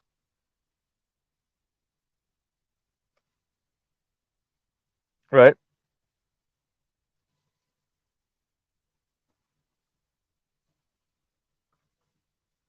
They just talking. They didn't even start the clock way back with black women just ripping black men apart all through the 60s.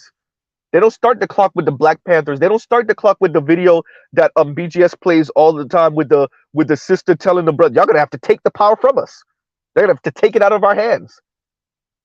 Because if we can get, we gotta get." They don't start the clock there.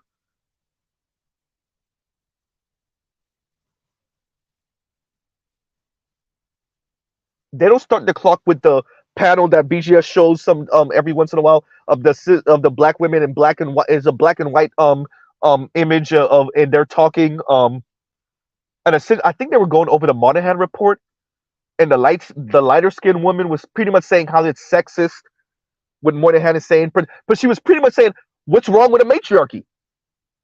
Literally, that's what she was saying. Not verbatim, but essentially that's what she was saying. What's wrong with a woman-led community? What's wrong with a matriarchy? The Moynihan report is sexist because what's wrong with a matriarchy? 50 years later, uh-oh.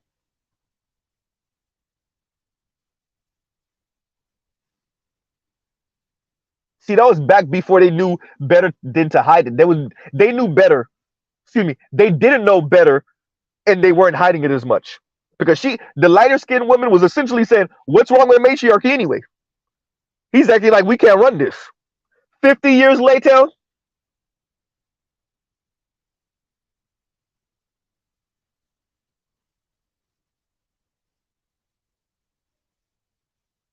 right?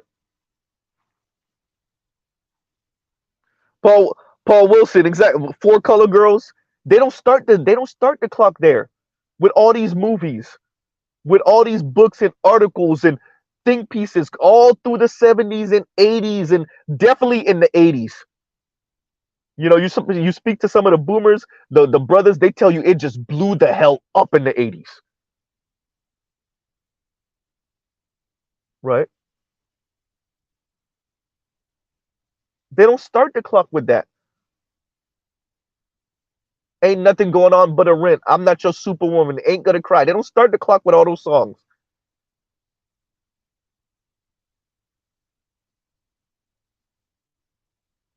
Can you pay my bills? No scrubs. They don't know. They mention Easy E and the B word. Not that women were calling men dogs first. Uh-oh. I just want to know what do male dogs chase? Oops.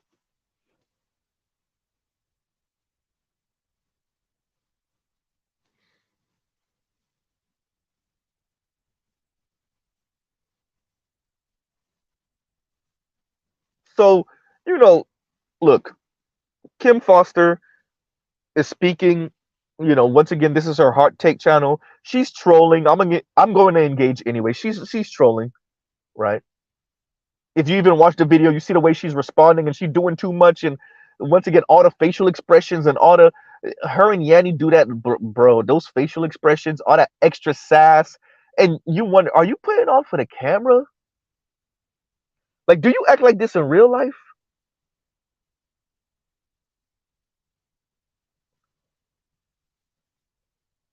Right?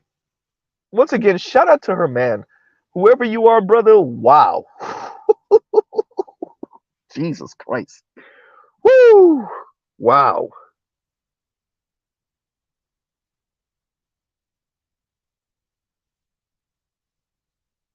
So she putting on, but okay, cool.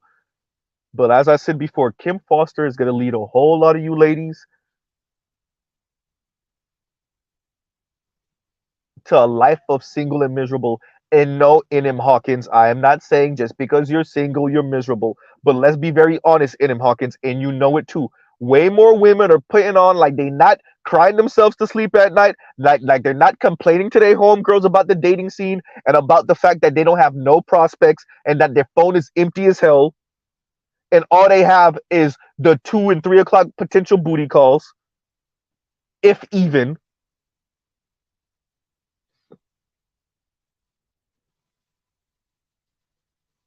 And we need to stop pretending like it's because black women are exclusively dating black men. We know about Brad. By the way, dear black women, Brad is snitching y'all out too.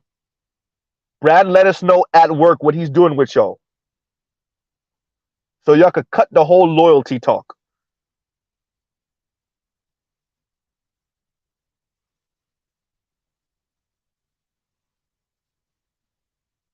Eduardo is letting us know what he's doing with y'all when we at work. And yes, Eduardo is still married to a Latina.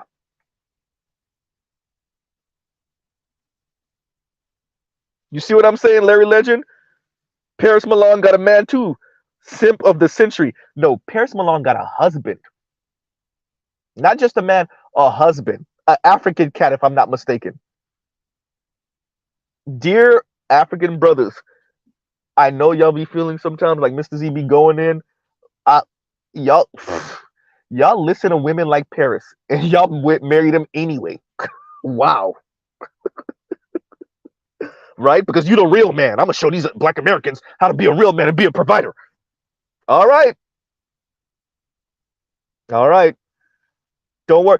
In the Black Manosphere is a whole lot of African brothers and Caribbean brothers that then got ripped out the frame because they thought, oh, I'm gonna show them real masculine. I'm gonna show them what a man is like. Black American women sound the way they do because y'all are insufficient men. 10 years later,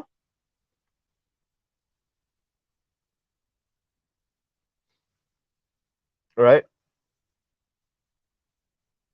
And I'm saying that as a Caribbean descent man. Yep. All right.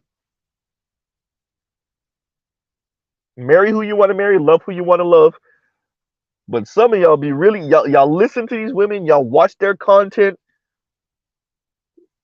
but my manhood is it'll overcome that. My manhood is superior. She's talking like that about the weak niggas. This the weak men she's talking about. Okay,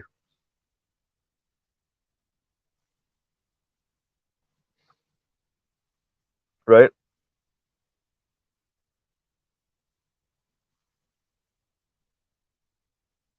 You see what I'm saying? Better exactly better you go to the bar and get a beer in him, and Brad will tell you how Keisha was on the ceiling fan doing tricks 30 minutes into the first date. Because they and you know it's funny and sad at the same time because this speaks to like the leftover of slavery and of Jim Crow and of white is right and all that other stuff, right? You really think you're gonna put the super fire, ultra mega, super ultra wet, got 8,000 on Brad, and he's gonna lose all his senses once again? The Pretty Woman fantasy, right? Julia Roberts fantasy, and then he's gonna what? Ask you to marry him?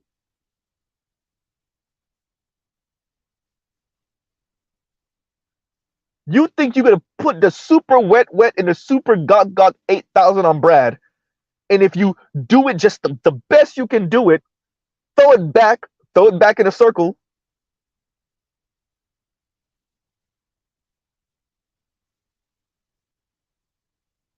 right? He ain't never felt nothing like this ever in his life. Them white girls don't be doing what you do. That somehow in 9 months, 12 months, a year and a half, right? 18 months, Brad is going to ask you to marry him. And how many black women has that not happened for? Machine Gun Kelly stood right there on the red carpet and told y'all black women give the best head. Who's Machine Gun Kelly with right now? Goddamn.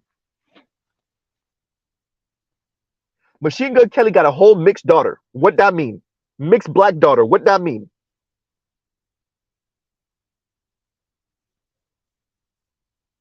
Kid Rock got a whole mixed black son. What that mean? Who we know Kid Rock for being with when he started getting some real money? Uh-oh.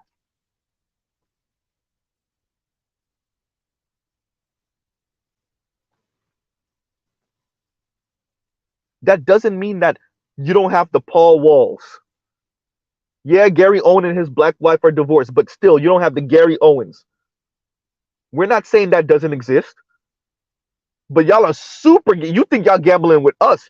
Y'all are super gambling if you think you're gonna pull you a Paul Wall,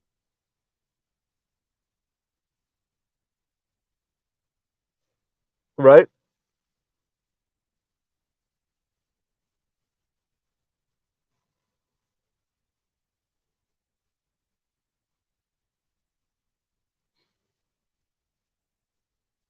Yes, Sahil. Yeah, Kid Rock got a mixed black son. Yeah, with all that low key, not really low key, racist stuff he was saying a couple years ago. Yeah, he got a mixed black son. Y'all let Machine Gun Kelly stand right there on the red carpet and say how good black women head is, and he don't even got no black woman right now. Once he came into money, skirt gone.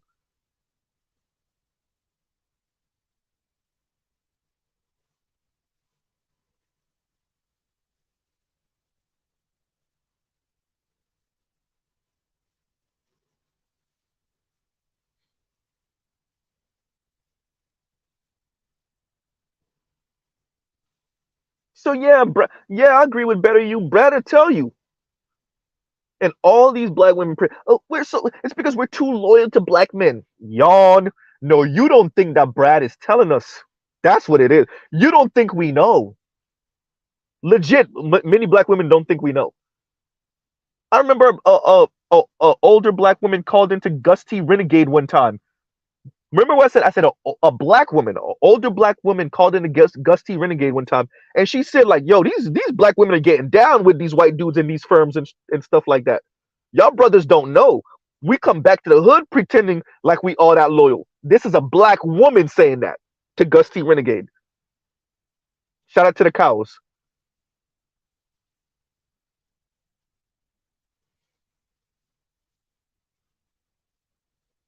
I told y'all, y'all homegirls are snitching y'all out. The white guys and the Latino guys are snitching y'all out. The Asian guys are snitching y'all out because they see. By the way, the Asian guys ain't going, but they tell us how much y'all throwing yourselves at them. They snitching y'all out, and then y'all turn around and we're too loyal. Tanya TKO literally did a stream saying we all know it's because we're too loyal. No, and I always say it. No, they're too racist. I'm not talking. I don't talk negatively really about black women's weight or their looks or anything. Y'all do need to lose some weight though.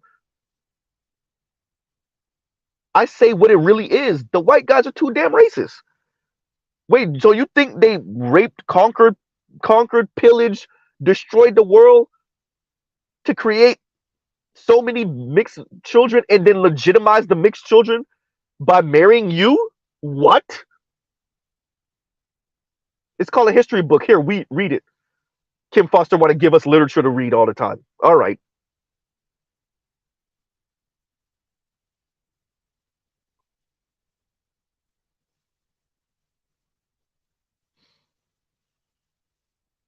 Right. We all have seen it. High school, college, everybody dating everybody, everybody's having sex with everybody type thing. You don't hear from the people a couple of years. You see them in your mid 20s, maybe your late 20s. And for the most part, 85%, everybody's back with their own race. It don't matter who everybody was having sex with, who everybody was palling around with and showing off in college and in high school. By the time we get to our late 20s, the vast majority of us are back with our own race.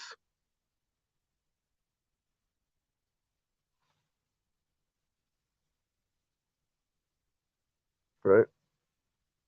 I don't know if I could do it in the Arnold voice. I did miss it. My bad.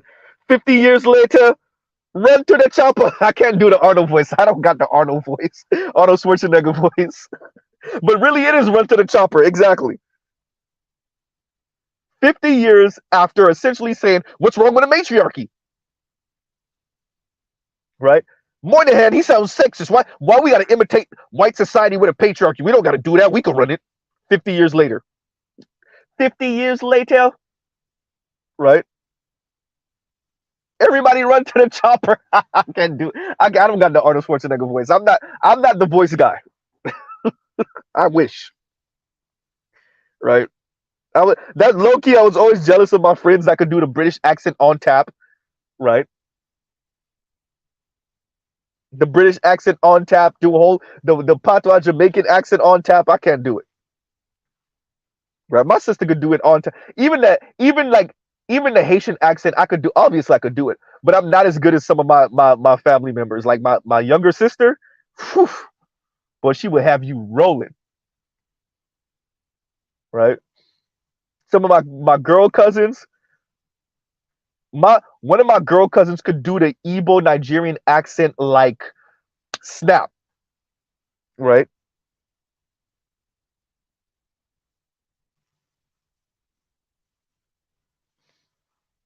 No, Indigo. It wasn't me. It was the light skinned the light skinned lady. At least at that time, she was maybe a younger lady. BGS covered this. It was a couple years ago. He put this on a stream where it was a maybe 4 or 5 black women speaking about the. I want to say it was the Moynihan report. Maybe it was more than 4. It was maybe 5 or 6 black women, and for the most part, at that time at least, the black women were with black men on this one. They were like, no, we got to do right by our men. We got to stand by our men, and it was like a lighter skinned black woman and a light skinned black woman, and they were the ones that were pretty much saying, "No, what's wrong with like." I'm paraphrasing, but they were really saying like, "What's wrong with a matriarchy?" And we think the Moynihan report is sexist, and it's condemning the black community, et cetera, et cetera. You know, I'm saying that's the way the lighter skinned black woman was framing that conversation, and I want to say that was probably if earliest like early 70s. I want to say at the earliest it was early 70s, right? Or the latest, it was early 70s, better yet.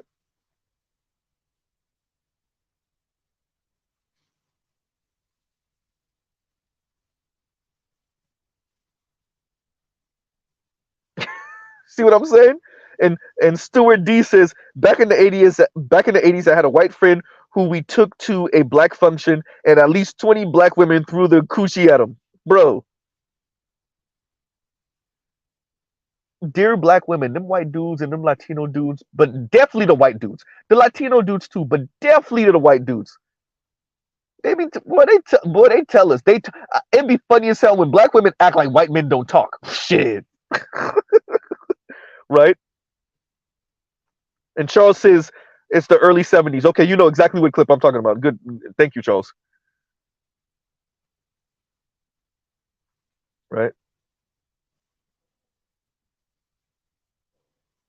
Oh, okay, okay. And he said, "Is and Indigo says, yeah, it was more a rhetorical question to highlight the ridiculous, ridiculous the idea was, to highlight how ridiculous the idea was. But I would like to see where that came from. Well,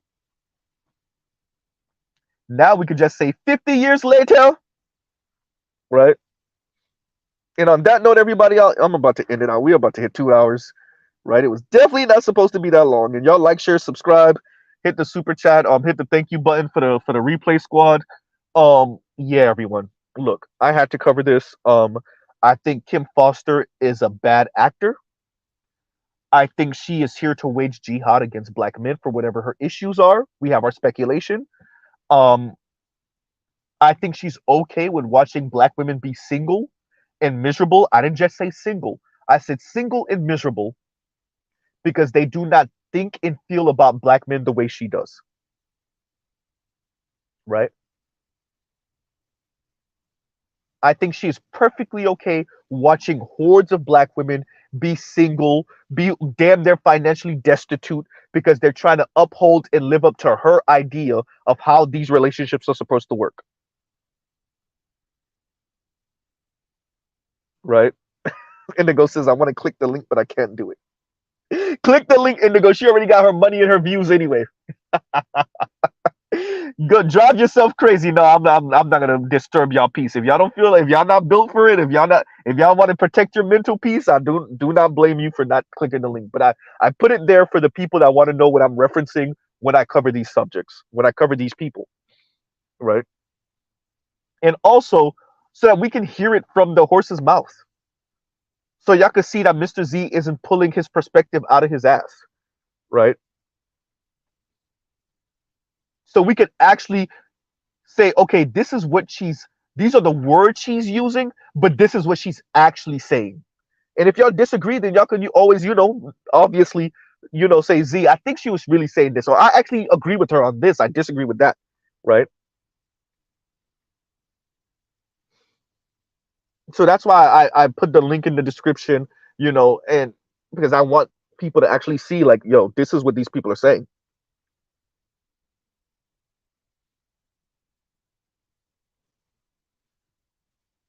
So, Kim Foster, she's speaking once again. She's trolling a bit. I'm willing to engage, and I put this out here just for any black women that happen to fall onto Mr. Z's channel. Shout out to Toya and Kareen. That, hey, y'all listen to these people. You get what you get. Paris is married, right? Kim Foster's in a relationship right now. Chrissy told you she don't want to have children and get married. Yanni over here telling you where's the incentive, right? And I want to be a kept woman of leisure.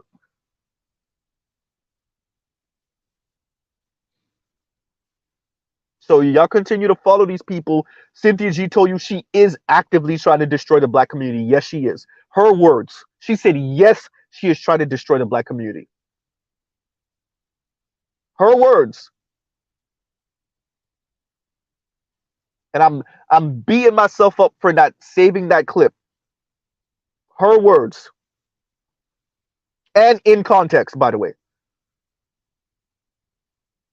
It's not no, oh, I'm trying to destroy the black community if the black community is gonna equal some type of, wasteland. No, no, no, no, no. Right. So, yeah, y'all follow, and that's why, for the two, three, four black women that listen, y'all be mindful, right? And on that note, we'll go ahead and end it out. Yeah, I did not forget. Yes, Mr. Z is gonna do his 2,000 subscribers celebration. We did not forget. We definitely have to do it. Um, I did. So there was a couple of things showing BGS the new car. I did that last night on Art of Immort's channel. Um, my skinny jean picture, yes, it's overdue, way overdue, like a year overdue, over a year overdue. Um, what else? And then our 2,000, our 2K celebration. So I checked off one of the three. One of the three. We got one out of the three out. Right.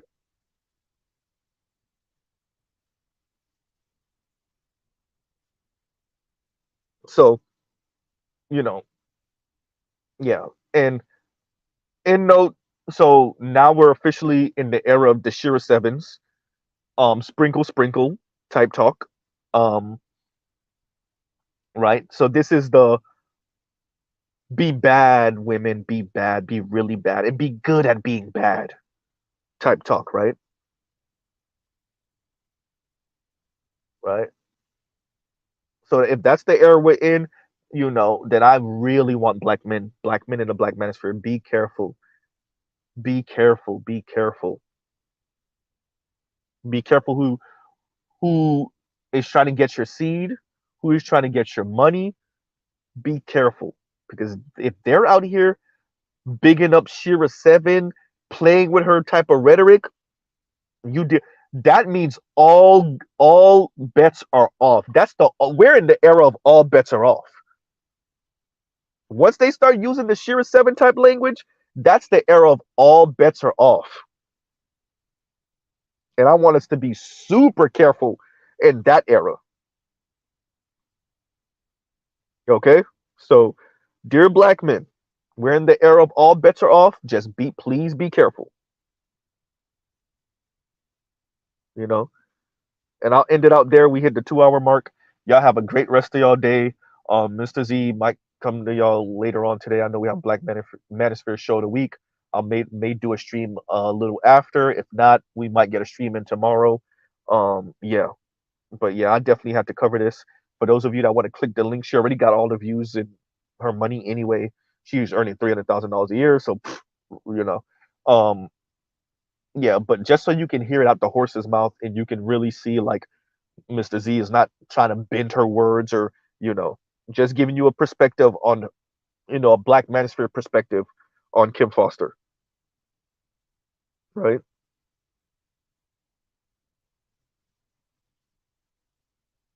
And let's end out with telescope telescope's comment, and he says, "Don't forget, Mr. Z, Kim Foster isn't talking to women. She's talking to bitter, unselected women, as well as some selected ones who watch her rubberneckers at traffic accidents." Right? Yeah, yeah. That's funny. Yeah, yeah. That's a whole different conversation. Telescope. The women in happy, loving relationships, and they love their man, and they still engage with this type of content, and they give a little tacit approval to these weirdos like Kim Foster, or these weirdos that are single and like that think like Kim Foster, and they pretty much say like, yeah, I got me a man, or yeah, my husband's good, but all these other black men are trash. Like, okay, yeah, right. Yeah, I agree with you on that. Those are the ones that like to not only watch the train wreck telescope, but like low key get out the car and like encourage the people to crash again type talk. Princess says fem cells. These are fem cells and then fem cells in spirit. The fem cells in spirit are the one in a relationship or married, but they in spirit they, it's just a sisterhood. It's just a sisterhood, right? So on that note, we'll truly end out. Y'all have a great rest of y'all day. Mr. Z out. All right, y'all. Have a great rest of y'all day. Oh, did we do our intro right? Love, peace, and chicken grits. I'll pause right here. Y'all go check out other Black Manosphere content, other non-Manosphere content for the love of God. And y'all have a great rest of our day. All right, Mr. Z out.